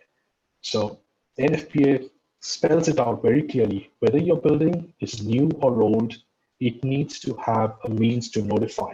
If you don't have a physical connection, could be through a dialer, it could be through a GSM network, it could be through cloud connection nowadays with the IoT of things, whatever means are possible. But those means needs to be initiated from either an auxiliary fire alarm system, a central fire alarm system, a proprietary station, or a remote supervisory station. These are the components in the building that need to initiate a signal to the fire department. So the fire department will know that they need to come and act on this location. And that's about it I have with you today. And thank you. And Dominic, I think we can open it for any questions. Thank you. Thank you, Roy. And it's wonderful to see how you have mixed both uh, NBC and NFPA 101 and other chapters. So with me, I also have distinguished guest Rob Llewellyn, the president of Confederation of Fire Protection Association of India. So he's also just, I welcome him to join the panel discussion. He's from Australia with vast experience. And Roy, you did a wonderful job.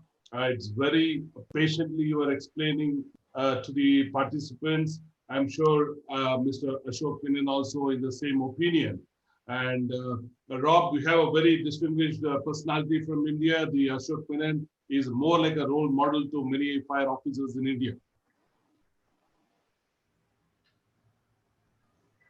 Rob, can you hear me? You can unmute. Yes, I can hear you, Dominic. You can hear me okay? Yeah, yeah, of course. Yeah. Good.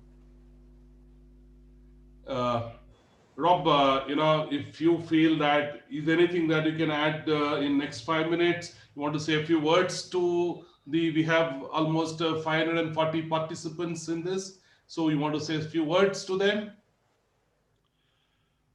Look, Dominic, I really haven't got too much to add. I logged in today to hear about the NFPA standards. So the thing that I could share, I think, is that we have some Australian standards covering evacuation, AS 3745 and AS 4083. 4083 is for healthcare facilities. 3785 is for other facilities. I'm a member of the committee that's written 3745. And whilst it hasn't had any updates for a few years, because of COVID, we're starting to talk about some potential changes to 3745 and to some of our fire detection standards. And Roy made mention about evacuating one floor below and one floor above, or more, depending upon the circumstance. And that's something that we're starting to talk about here in Australia. Just how many floors should you evacuate before the brigade arrives, particularly because of the issues of COVID, and particularly also in residential buildings. And we're thinking that perhaps in sprinklered buildings we can change some of the structures. I think that's the main thing that I'd add at the moment. Thank you, Rob. I'll just straight away, we are at 12:45 p.m. in India. It's afternoon. We will take up a few question answer for next 30 minutes. I will begin with a very important question raised by Mr. Ganesh Subgode. He is saying, as per the National Building Code of India guidelines, the travel distance from any point on floor to fire exit should not exceed 45 meters if building is sprinklered. Okay. However, in some cases, such as old structure, travel distance criteria is unlikely to meet due to incorrect floor planning or maybe due to less number of exit. If so, what should be the strategy to mitigate the risk and bring the structure under the fire code regulation? Right? Yeah, it's a great question. Thank you for the question, Ganesh. In terms of travel distance, I think the critical factor that we need to consider is one, is the building is sprinklered, or if the building is not sprinklered. So if the building is sprinklered, your NFPA permits you to have a larger travel distance, so that can go up to 76 meters or 91 meters. There's a table in NFPA 101 which talks about what are the limitations when we have, if the building is not sprinkled. And basically the idea behind travel distance is how long can a person hold his breath before he's able to reach the exit. And what's an exit? It could be the exit door leading directly to the outside. It could be the exit door leading to an exit staircase, or it could be an exit door to a horizontal exit where we shelter in place. So what kind of establishment is being considered? The evacuation strategy would follow based again on the classification of the building, the configuration of the building, and the complexity. But just to give you an idea, Ganesh, is that if a building is sprinkled, then we can extend the travel distance over the 45 meters by NFPA 101. The other factors we could consider is having Since it's in the corridor, I presume we would have detectors programmed accordingly to give maybe a pre-alarm so that there is an initial notification. Because really the important thing that we want to make sure is that we want to give the people the best possible opportunity to evacuate a building in the earliest possible time. And how do we do that? We look at the other components that we have in the building. Either we have them or we need to provide them. Providing them could be a cost factor. So there's really a lot of things that we can consider in terms of supporting that travel distance, which is fixed. We cannot break the building down and and have the staircases brought closer to each other. No, that's not what is we are telling, or that's not what the code expects you to do. What the code expects you to know is to create engineering enhancements so that you can support the evacuation of people either through compartmentation, through suppression, through early detection, through extraction, if that's a possibility.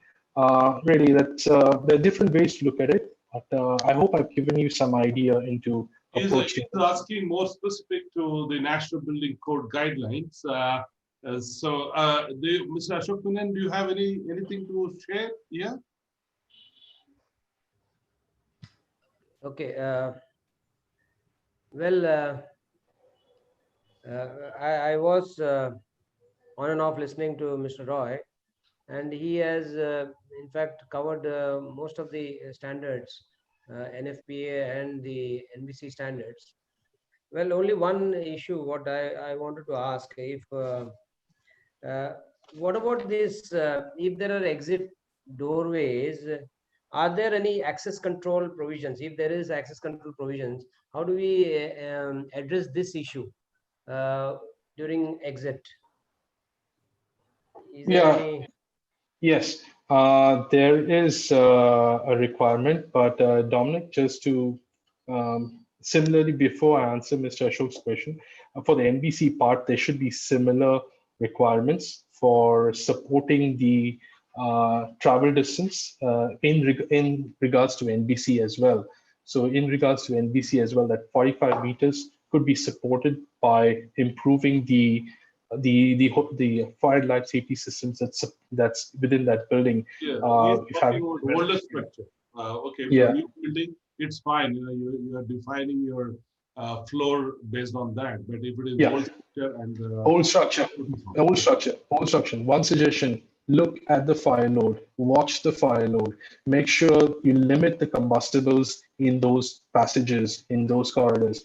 You cannot control everything, but what you can control is the fire load. Make sure that the combustibles that come into the building are not, not adding to the spread or the propagation of fire. Control the fire load that's coming into the building. If there's nothing you can do, the minimum you can do is control the fire spread. However, when you want any renovation to be done, which is required annually after doing an inspection, you can always put forward a plan that based on the renovation that's required, these are the new recommendations, but that's coming from 101. Not sure there's a section in NBC that talks about building rehabilitation. I need to go back and have a look at that and see if there is something which talks about building rehabilitation.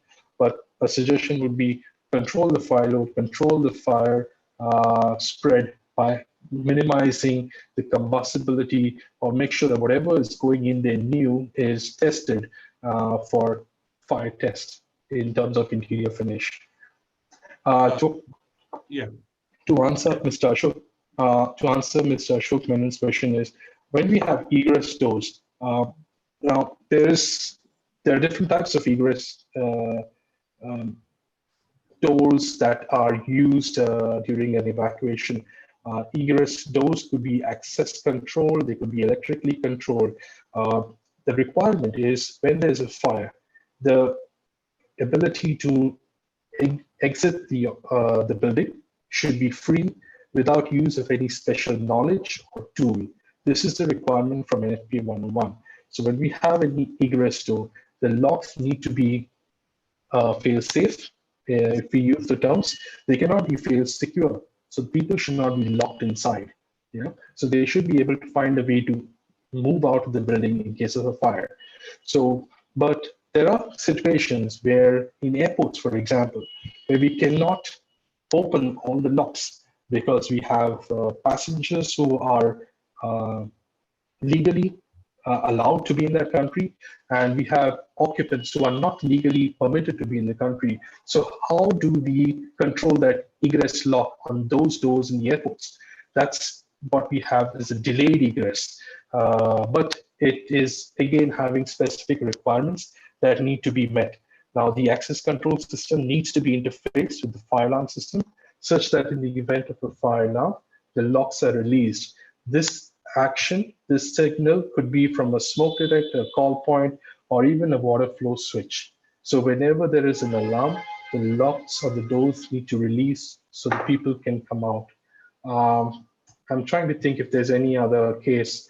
Maybe there is a high-rise building and you have locks to the staircase doors. So you don't want people from a certain floor to access another level for various reasons. Could be security reasons, could be privacy, various reasons. You would not want people accessing a lower floor to a higher floor.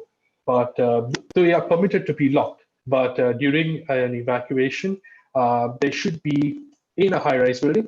There is an option of having um, re-entry on floors. So if you don't want to make sure all of the locks release, not more than 4 floors should be having should have a re-entry. So if you have it on the 10th floor, the 9th, 8th, 7th, the 6th floor should have a re-entry. So they should be able to re-enter the building. So there should be a way for the locks to release at selective flows. That was the word I was searching for, selective flows. So if you don't want all the locks. I asked NFPA 101, it is very clearly defined that access control flow should be programmed based on the occupancy and based on the alarm system that is being installed, and everything can be programmed. So I'll move on because we have almost 20 questions here, and we can be very crisp on these our answers because we have 20, and most of the questions are very relevant to today's subject. So I'll go to the next question. Gopal PK.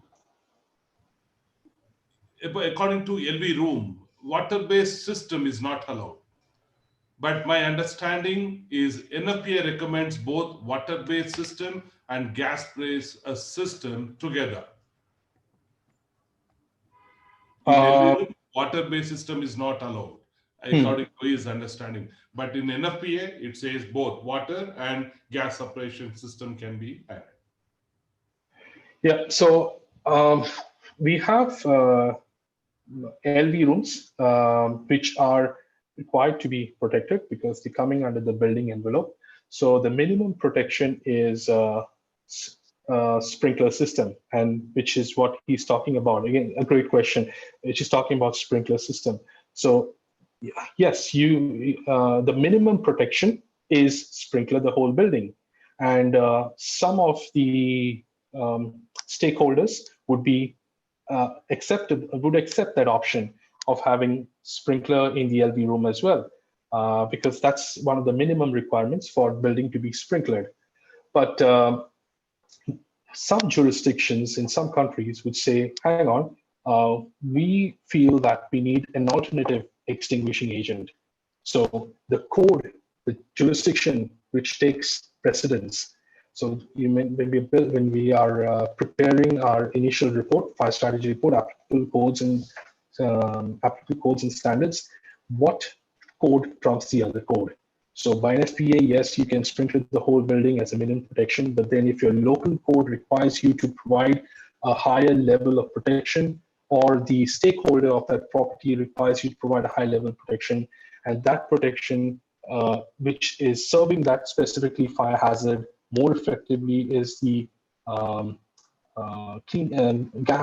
gas, clean agent, inert gas, all the other alternative extinguishing systems. So yes, he's right in saying that NFPA permits you to have sprinkler system, but then the AHA for that specific location where that project is could trump that NFPA requirement and could require a more stringent requirement to be a gas or a clean engine system. So I have a next question. Satish Kumar is asking, what is the maximum distance building exit from any location to exit the door? But Satish, I think this your question is already answered. It is 45 minutes and 30 minutes if you do not have a sprinkler system. I think that question is answered. I'll move on to the next question is Mr. Ramchandran, the well-known MEP consultant from Mumbai. He's asking a question. NBC asked for, I think, Mr. Ashok Pinan. Are you there, sir? This is a very important question by Mr. Ramchandran. Hope you could answer in case Roy not able to. Ramchandran is asking, NBC asked for compensating fresh air in the event of smoke extraction, especially in basement. Is it not contributing additional oxygen for the combustion?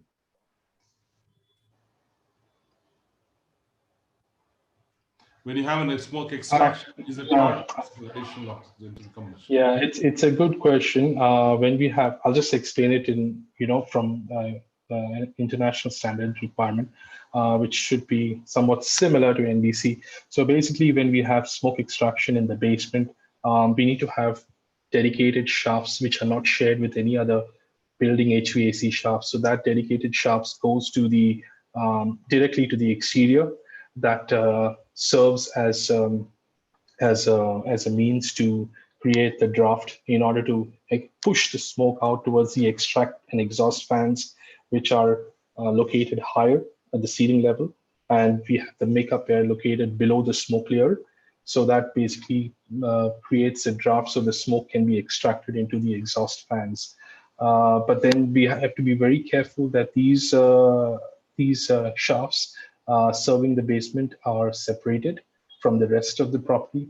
They need to be 2-hour fire rated and they need to be directly to the exterior. And again, smoke extraction is a manual, it's a controlled operation.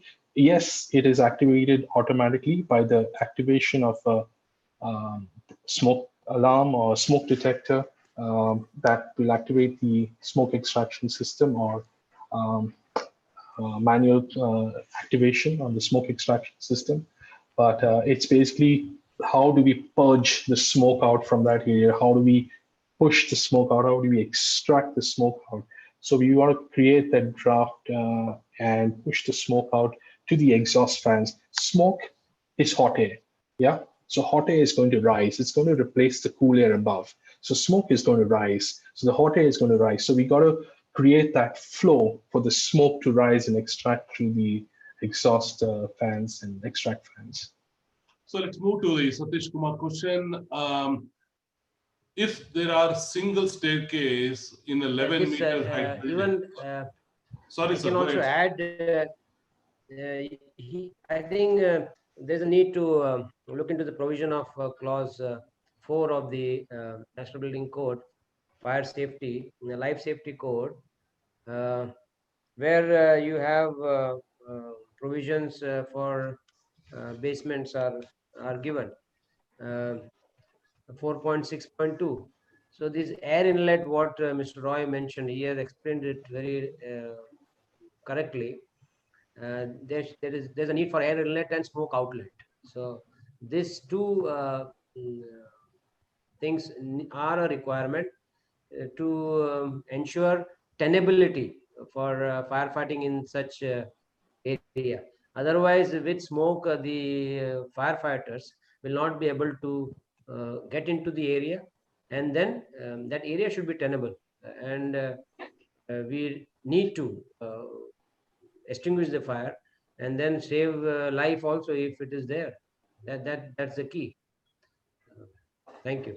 So he should actually look into those provisions of 4.6.2 of NBC Part 4, where it is very well given. The prescriptive code is already there for basements as well. Thank you. okay, so thank you, sir. I'll move on to Satish Kumar. If there is a single staircase in 11-meter height building. How many people can be allowed to stay in each floor? Okay, so again, this is a great question. This is coming from the project I was working on in the UK. So basically, the number of floors should not be more than 4. The number of guest rooms on each floor should not be more than 4. And the travel distance to the guests from the guest room to the single exit stair should not be more than trying to remember the numbers, 10.7 meters. And if the building is sprinklered, and all the sprinklers need to be quick response type. So not more than 4 rooms on each floor of a 4-story building. That's the limitation. You cannot have more than 4 floors. The occupant load would be decided based on the floor area. Again, the size of the room, if it's more than 185 square meters, it would need to have 2 exits. But the real limitation is on the number of rooms, and so not more than 4 rooms. That's the answer, and that will control the number of occupants. Okay, I move on to the next question from Satya Subramanian. He's saying, do you have any standard for testing the sprinkler on the side of the wall, that is side of a room? Because warehouse, there are a lot of materials stored, so you can't really test. So he's asking, is there any method, is there any standard for testing a sprinkler on the side of the wall? Good question, Satish. I mean, when we test the firefighting system, the sprinkler system, basically we do a test prior to handover of a building, where we check the pressure on the pipe, the flow, the water through the pipes. This is done through a drain test, and that's usually at the most remote part of the test line on the flow. It's a sidewall sprinkler. There's no test where we have uh, basically, other than making sure that the sidewall sprinkler is installed correctly. So a sprinkler system, you basically test it through a flow switch, a zone control valve flow switch, or a main test drain at the most remote location. A sidewall sprinkler, the only thing we would make sure is to ensure it's installed properly, because if it's installed properly, we know that the pattern, the discharge of water is going to be in accordance with how it's installed. So the pattern is going to cover the area. Yeah. So make sure that the sprinkler is not more than 150 mm from the sidewall, not more than 100 mm from the ceiling. They can be listed to be installed lower from the ceiling, but just remember that the lower we go from the ceiling, the more time it's going to take for the sprinkler to activate. So the only check we do is a visual check, and the witness test we do is at the main test drain or at the zone control valve. There's nothing that we do at the sidewall sprinkler itself. So there is no dry test, or there's no methodology to test No. once it is occupied. Okay. When you add 20 new sprinklers, you're required to do a pressure test on the pipe. So that's the only time in an existing building when you have an addition and you extend the number of sprinkler heads, you have more than 20, that's when you're required by NFPA 13 to do a pressure test. Okay, I have a question from anonymous, no mention, no name here, but he said, "Good morning, Roy." So you have to listen this carefully, but technical question. He says, Okay. regarding PAS in NFPA 72, with the finding of UL 268 7th edition, bracket 3 minutes evac, will or should it affect the PAS and evac techniques? With finding of UL 268 7th edition, which says 3 minutes evac, will or should it affect the PAS of and evac techniques? I know that smoke detectors are now UL 268. We have reached to I think a 9th edition now, and there's not been any change. Yeah, we've not changed anything on PAS. So the PAS is a fixed fixed requirement from NFPA 72. The requirement is to have an investigation time of 180 seconds. If you need to have a longer than 180-second investigation time, it has to be approved in writing by the local AHA or the fire department. Some of these locations could be hospitals where they need more time to investigate if it's a real fire and accordingly put the shelter-in-place evacuation strategy.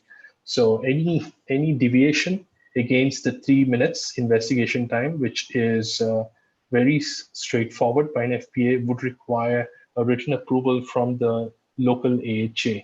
But I mean, the detectors have different technologies. They have pre-alarm, which is different from pre-signal.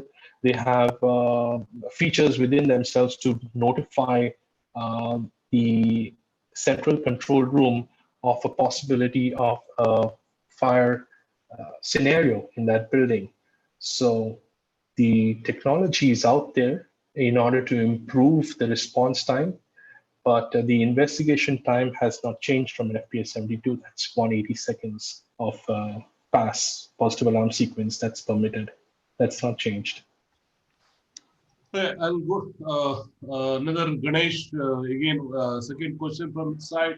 What is the NBC or NFPA requirement on minimum number of fire lifts, occupants evacuation lift for high-rise office building?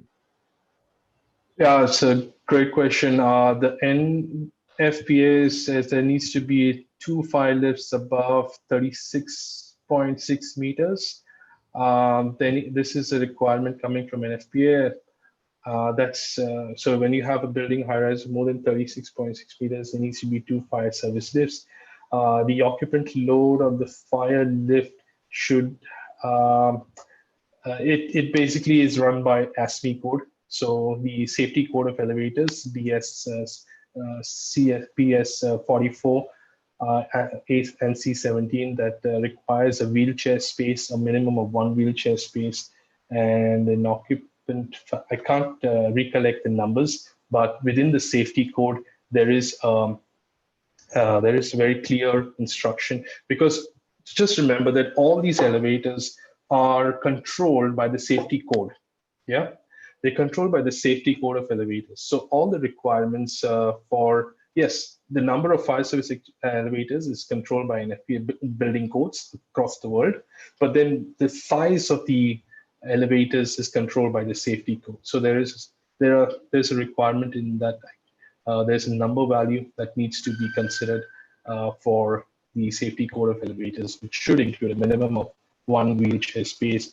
The same thing with occupant evacuation elevators, which have also a minimum requirement. Again, this is controlled by the safety code, and it should include minimum.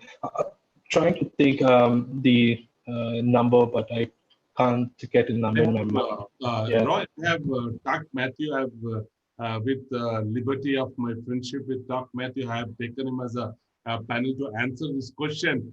Tyke, hope you can hear me. The question is, what is the NPC and NFPA requirement of minimum number of fire lift? Hope everybody knows that Doc Matthew heads the National Building Code on elevator.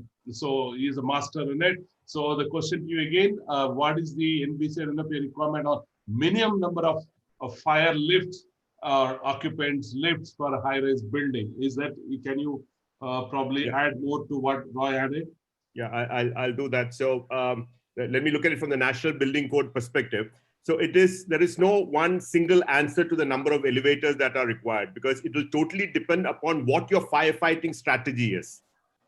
So if we are talking about a 15 meter, that is what the National Building Code requires, that you're required to have a fire lift for 15 meters and above. And it starts with minimum of 1, goes on to minimum of 1 in every bank. If you have multiple wings, a minimum of 1 in every wing. And if you're talking of about 60 meters, it goes from an 8-passenger lift up to 60 meters, and above 60 meters, it is a 15-passenger lift. So we need to very clearly distinguish between a fire lift and an evacuation lift. So when we talk about a fire lift, it is basically for firemen to fight the fire. And then subsequently, probably they might use for evacuation or stuff like that. But when we're talking about an occupation evacuation elevator, then it is a question of evacuating people. So it is something that really needs to be looked at even from a perspective of a traffic analysis. So let's say, suppose you are going to talk about a hospital building, and we need to establish the number of occupant evacuation lifts that will be required. You would need to establish it on basis of how many bed patients would you have, how many stretchers would you need to evacuate within what period of time. So there is no single answer to this. It will depend upon what is the strategy for that building. Good. Thank you. It's a good, there's a lot of clarity both Roy and Matthew has given. Sir, Ashok Menon, sir, there is one question very important Mr. Ganesh also is raising. Any panelist can answer this. Who is the regulation authority to authorize the Class A, Class B, Class C interior finishes? What is the methodology to identify these building construction materials prior to their implementation? Hope the question is understood. So he's asking who is the authority to approve the product on Class A, Class B, Class C interior finishes? Sir, Ashok Menon, sir, you have any answer to this? I think I, as a regulator, I don't look into this interior finishes. However, we will look into the fire load and then accordingly take up the parameters of fire protection.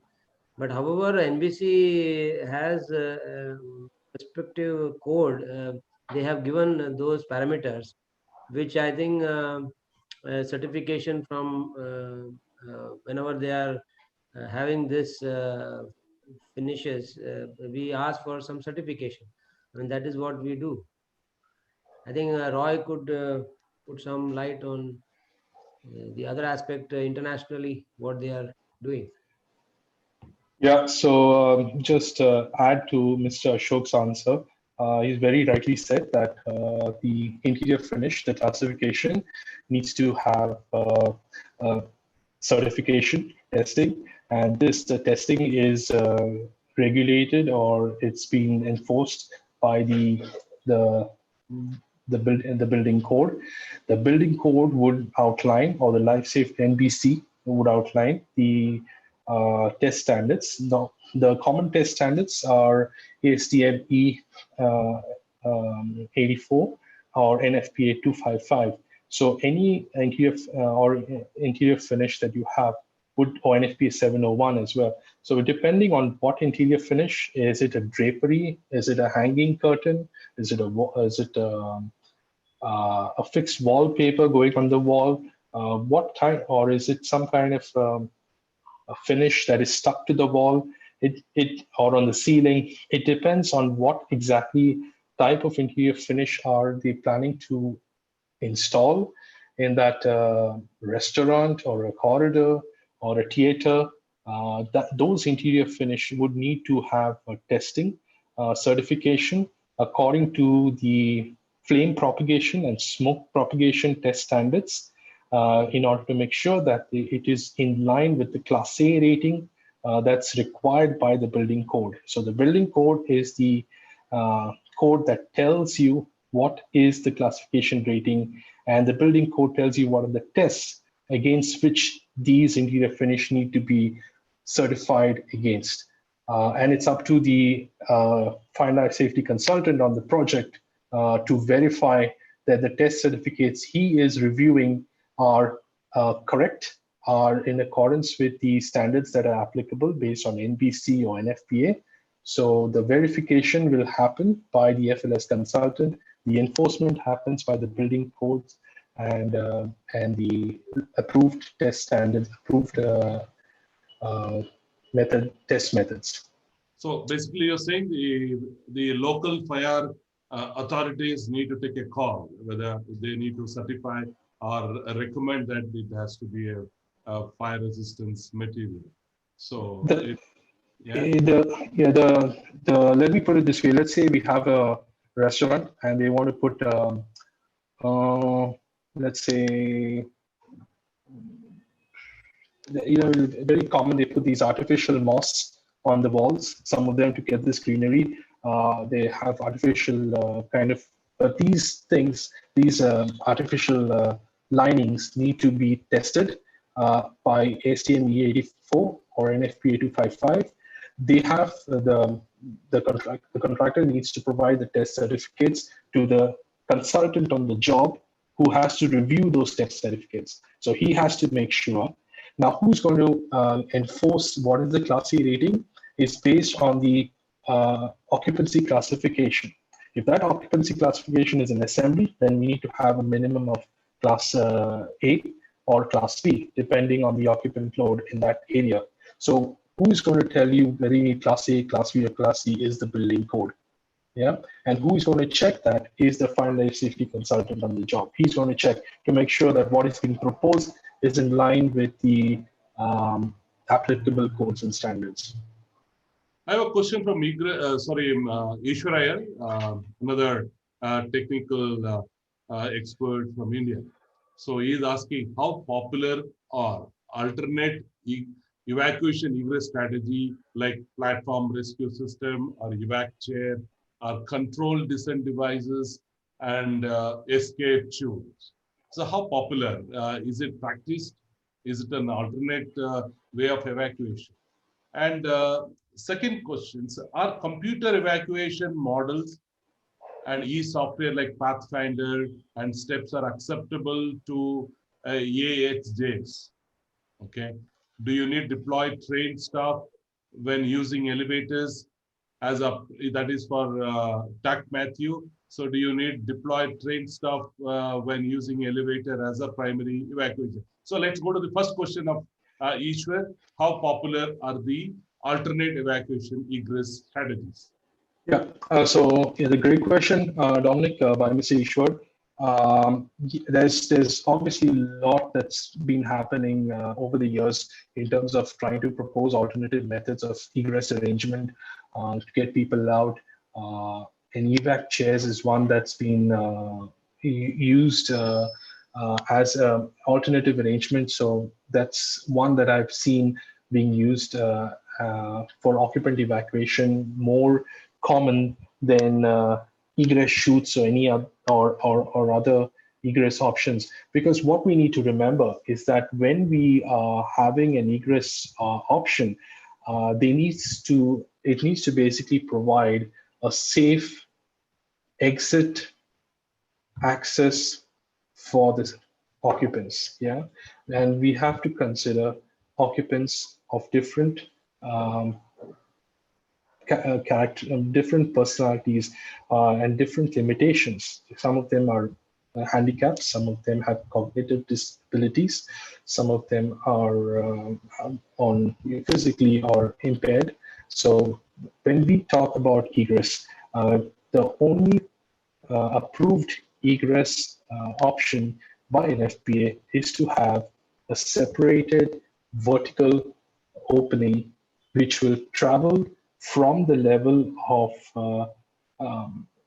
fire incident to the level of exit discharge. And that opening needs to be separated from the rest of the hotel area.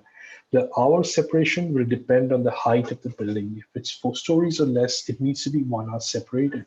If it's 4 stories and above, it needs to be 2 hours separated. So the only approved option or the only approved permissible egress exit route is that of a fully separated vertical opening, which allows range of people with different characteristics to safely evacuate. How they do that is usually through a staircase and now through occupant evacuation elevators. And using the staircase, evac chairs is one means that has been employed more common than any other. In terms of smoke modeling, CFD modeling, yes, it's required when we have large volume spaces which can get filled up with smoke very easily. For example, atriums in a hotel or in a mall or in an airport, you have large vertical openings which penetrate more than 2 floors. So if we do hand calculations, we find that the size of the fan is very large in order to extract the smoke. So the more practical approach is to do the CFD modeling, which has been accepted by NBC 2016 in this edition of the code, and also is part of NFPA. It has to be done by trained personnel who are experienced to carry out these CFD models in order to ensure that the total egress time is minimum of 20 minutes, 1.5 times the allowed permissible time for people to come out of the building, maintaining a tenability of 1.8 meter height of smoke from the highest occupied floor level. So CFD modeling is going to, give you a virtual representation of how good your or how large the fans need to be to extract the smoke. What is the size of the extract ducts that are required to support that extraction process? And it also, more importantly, tells you what is the fire load you can have in that space. Because as you change the fire load, the fans will change as well. So the more fire load, the stronger the fans you need. So it all comes down to, how are we going to control the fire load in order to control the evacuation? And the CFD model is going to show you that virtually, so that we will give you a virtual representation. Yeah. We need to go. Dominic, could I just add a little bit to this, Dominic? Yeah, there's one question you need to. Do you need to reply trained staff on using when using elevator? Yeah, as a primary evacuation? I'd also just like to talk about alternate evacuation egress strategies. If you look at NFPA 101, where they talk about controlled descent device, they are very clear that it is supplemental evacuation device. It is not an alternate. So we need to recognize whatever we provide has to be over and above the actual evacuation requirement that is to be met. Further, we need to also recognize when we talk about a controlled descent device, what it is, what are these equipment? The controlled descent device for all practical purposes is a simple mountaineer's harness, and they will use the rappelling technique to come down. So we need to be careful, and we need to understand that all these supplemental evacuation egress devices requires a certain level of understanding of the evacuees. It is not just going to be possible to use it just like that. An elevator, if designed well, if protected well, is the best way of evacuating. Now, talking about whether trained staff are required, we need to recognize that elevators or mechanical equipment can break down. One drop of water can kill an elevator. So an evacuation elevator requires to have CCTVs, requires to be constantly monitored. And it is crucial that it is monitored, managed. The entire evacuation process is managed and monitored by a fire marshal. So if you look at NBC 2016 chapter 7, it does also talk about at every stage, there is a go, no-go decision that needs to be taken. As water ingress into the hoistway, it has to stop. As smoke ingress into the hoistway, it has to stop. So it has to be under the control of somebody who knows the subject, who knows what he's supposed to monitor and decide. It is not just that occupants suddenly start using the elevators. Yeah, just to add to that, sprinklers are not allowed in elevator machine rooms for occupant evacuation elevators. So the water is basically on the floor levels entering into the elevator lobbies, to protect those elevator lobbies. Similarly, sprinklers are not allowed in elevator machine rooms for fire service access elevators. So there are contingency measures by the code. No, I'm talking, when I said the water, I meant water into the hoistway. Water into the hoistway can also kill an elevator. I'm not talking about just the machine. Yeah. I would like to say thank you to Rob for joining us, and he's in Australia. I think it's time up. I must be, I need to go to bed or probably. Rob, how was it? This is an ongoing session. Every Saturday there is a lot of technology, and we talk about various standard. India is always learning day by day. And you being there, and I'm sure that we can still partner with a lot of such webinar. So, Rob, you want to say a final word to the audience? I'd just make a comment about the evacuation of people with disabilities or people who can't walk down the stairs, I guess. There's just been a number of questions and comments about that. We have addressed some of that. We've addressed using lifts for evacuation also in the Australian building codes. For people with disabilities, we're suggesting an individual personal evacuation plan so that each person would have their own individual plan that's been developed for them, and that would depend on what facilities were in the building. Sometimes they may shelter in the building, other times they'd have evacuation chairs, other times they're moved down the out of the building by the fire department. Other cases it might be the evacuation lifts. So so our AS 3745 talks about a personal emergency evacuation plan, PEEP. So maybe it's something that you could look at later on as if you need that sort of system in India. Apart from that, I'll say thank you, Dominic, for allowing me to participate. It is 5:58 p.m. in Melbourne. It's raining and it's cold. So all the best, everybody, and I hope to catch up with you again soon. Sure, thank you, and I'm sure Mr. Ashok Menon and Roy and Tak and many others will love to hear from you from Australia perspective. And I know that you have a standard, you have a different standard and different code that you follow, not necessarily NFPA or others. And I'm sure that you will give us throw us some more light to improve our standards and codes. And Mr. Ashok Menon actively involved in NFPA, NBC. Probably I will connect you both later. And Ashok, you have words to Mr. Rob? Yes, well, his intervention was very good. And Mr. Rob, we have just met today. I have not met him before, but we'll be happy to connect with you and have some discussions on such webinars in the future as well. And thank you for being a part of this webinar series. Thank you. Thank you, Rob. You have a good night to you, and look forward to see you again. Thank you. Thank you, Rob. Thanks, Roy. Very well done. All the best. Goodbye. Thank you, sir. So time is exactly 1:30 p.m. in India, and have 13 questions. What I'll do is, there are a lot of questions asking about the travel distance and evacuation method. I will forward this question to Roy privately on an email to all the panelists here, including Tak Matthew. I'm sure you can add a lot of value. I'll forward this question to you so that you can answer to them privately, because we are due to short of time. It's almost 2.5 hours that we are on live here. I wanted to thank you, Mr. Ashok Menon sir, with so much of busy attending 2 webinars and simultaneously balancing both. And Roy, 2 Goans,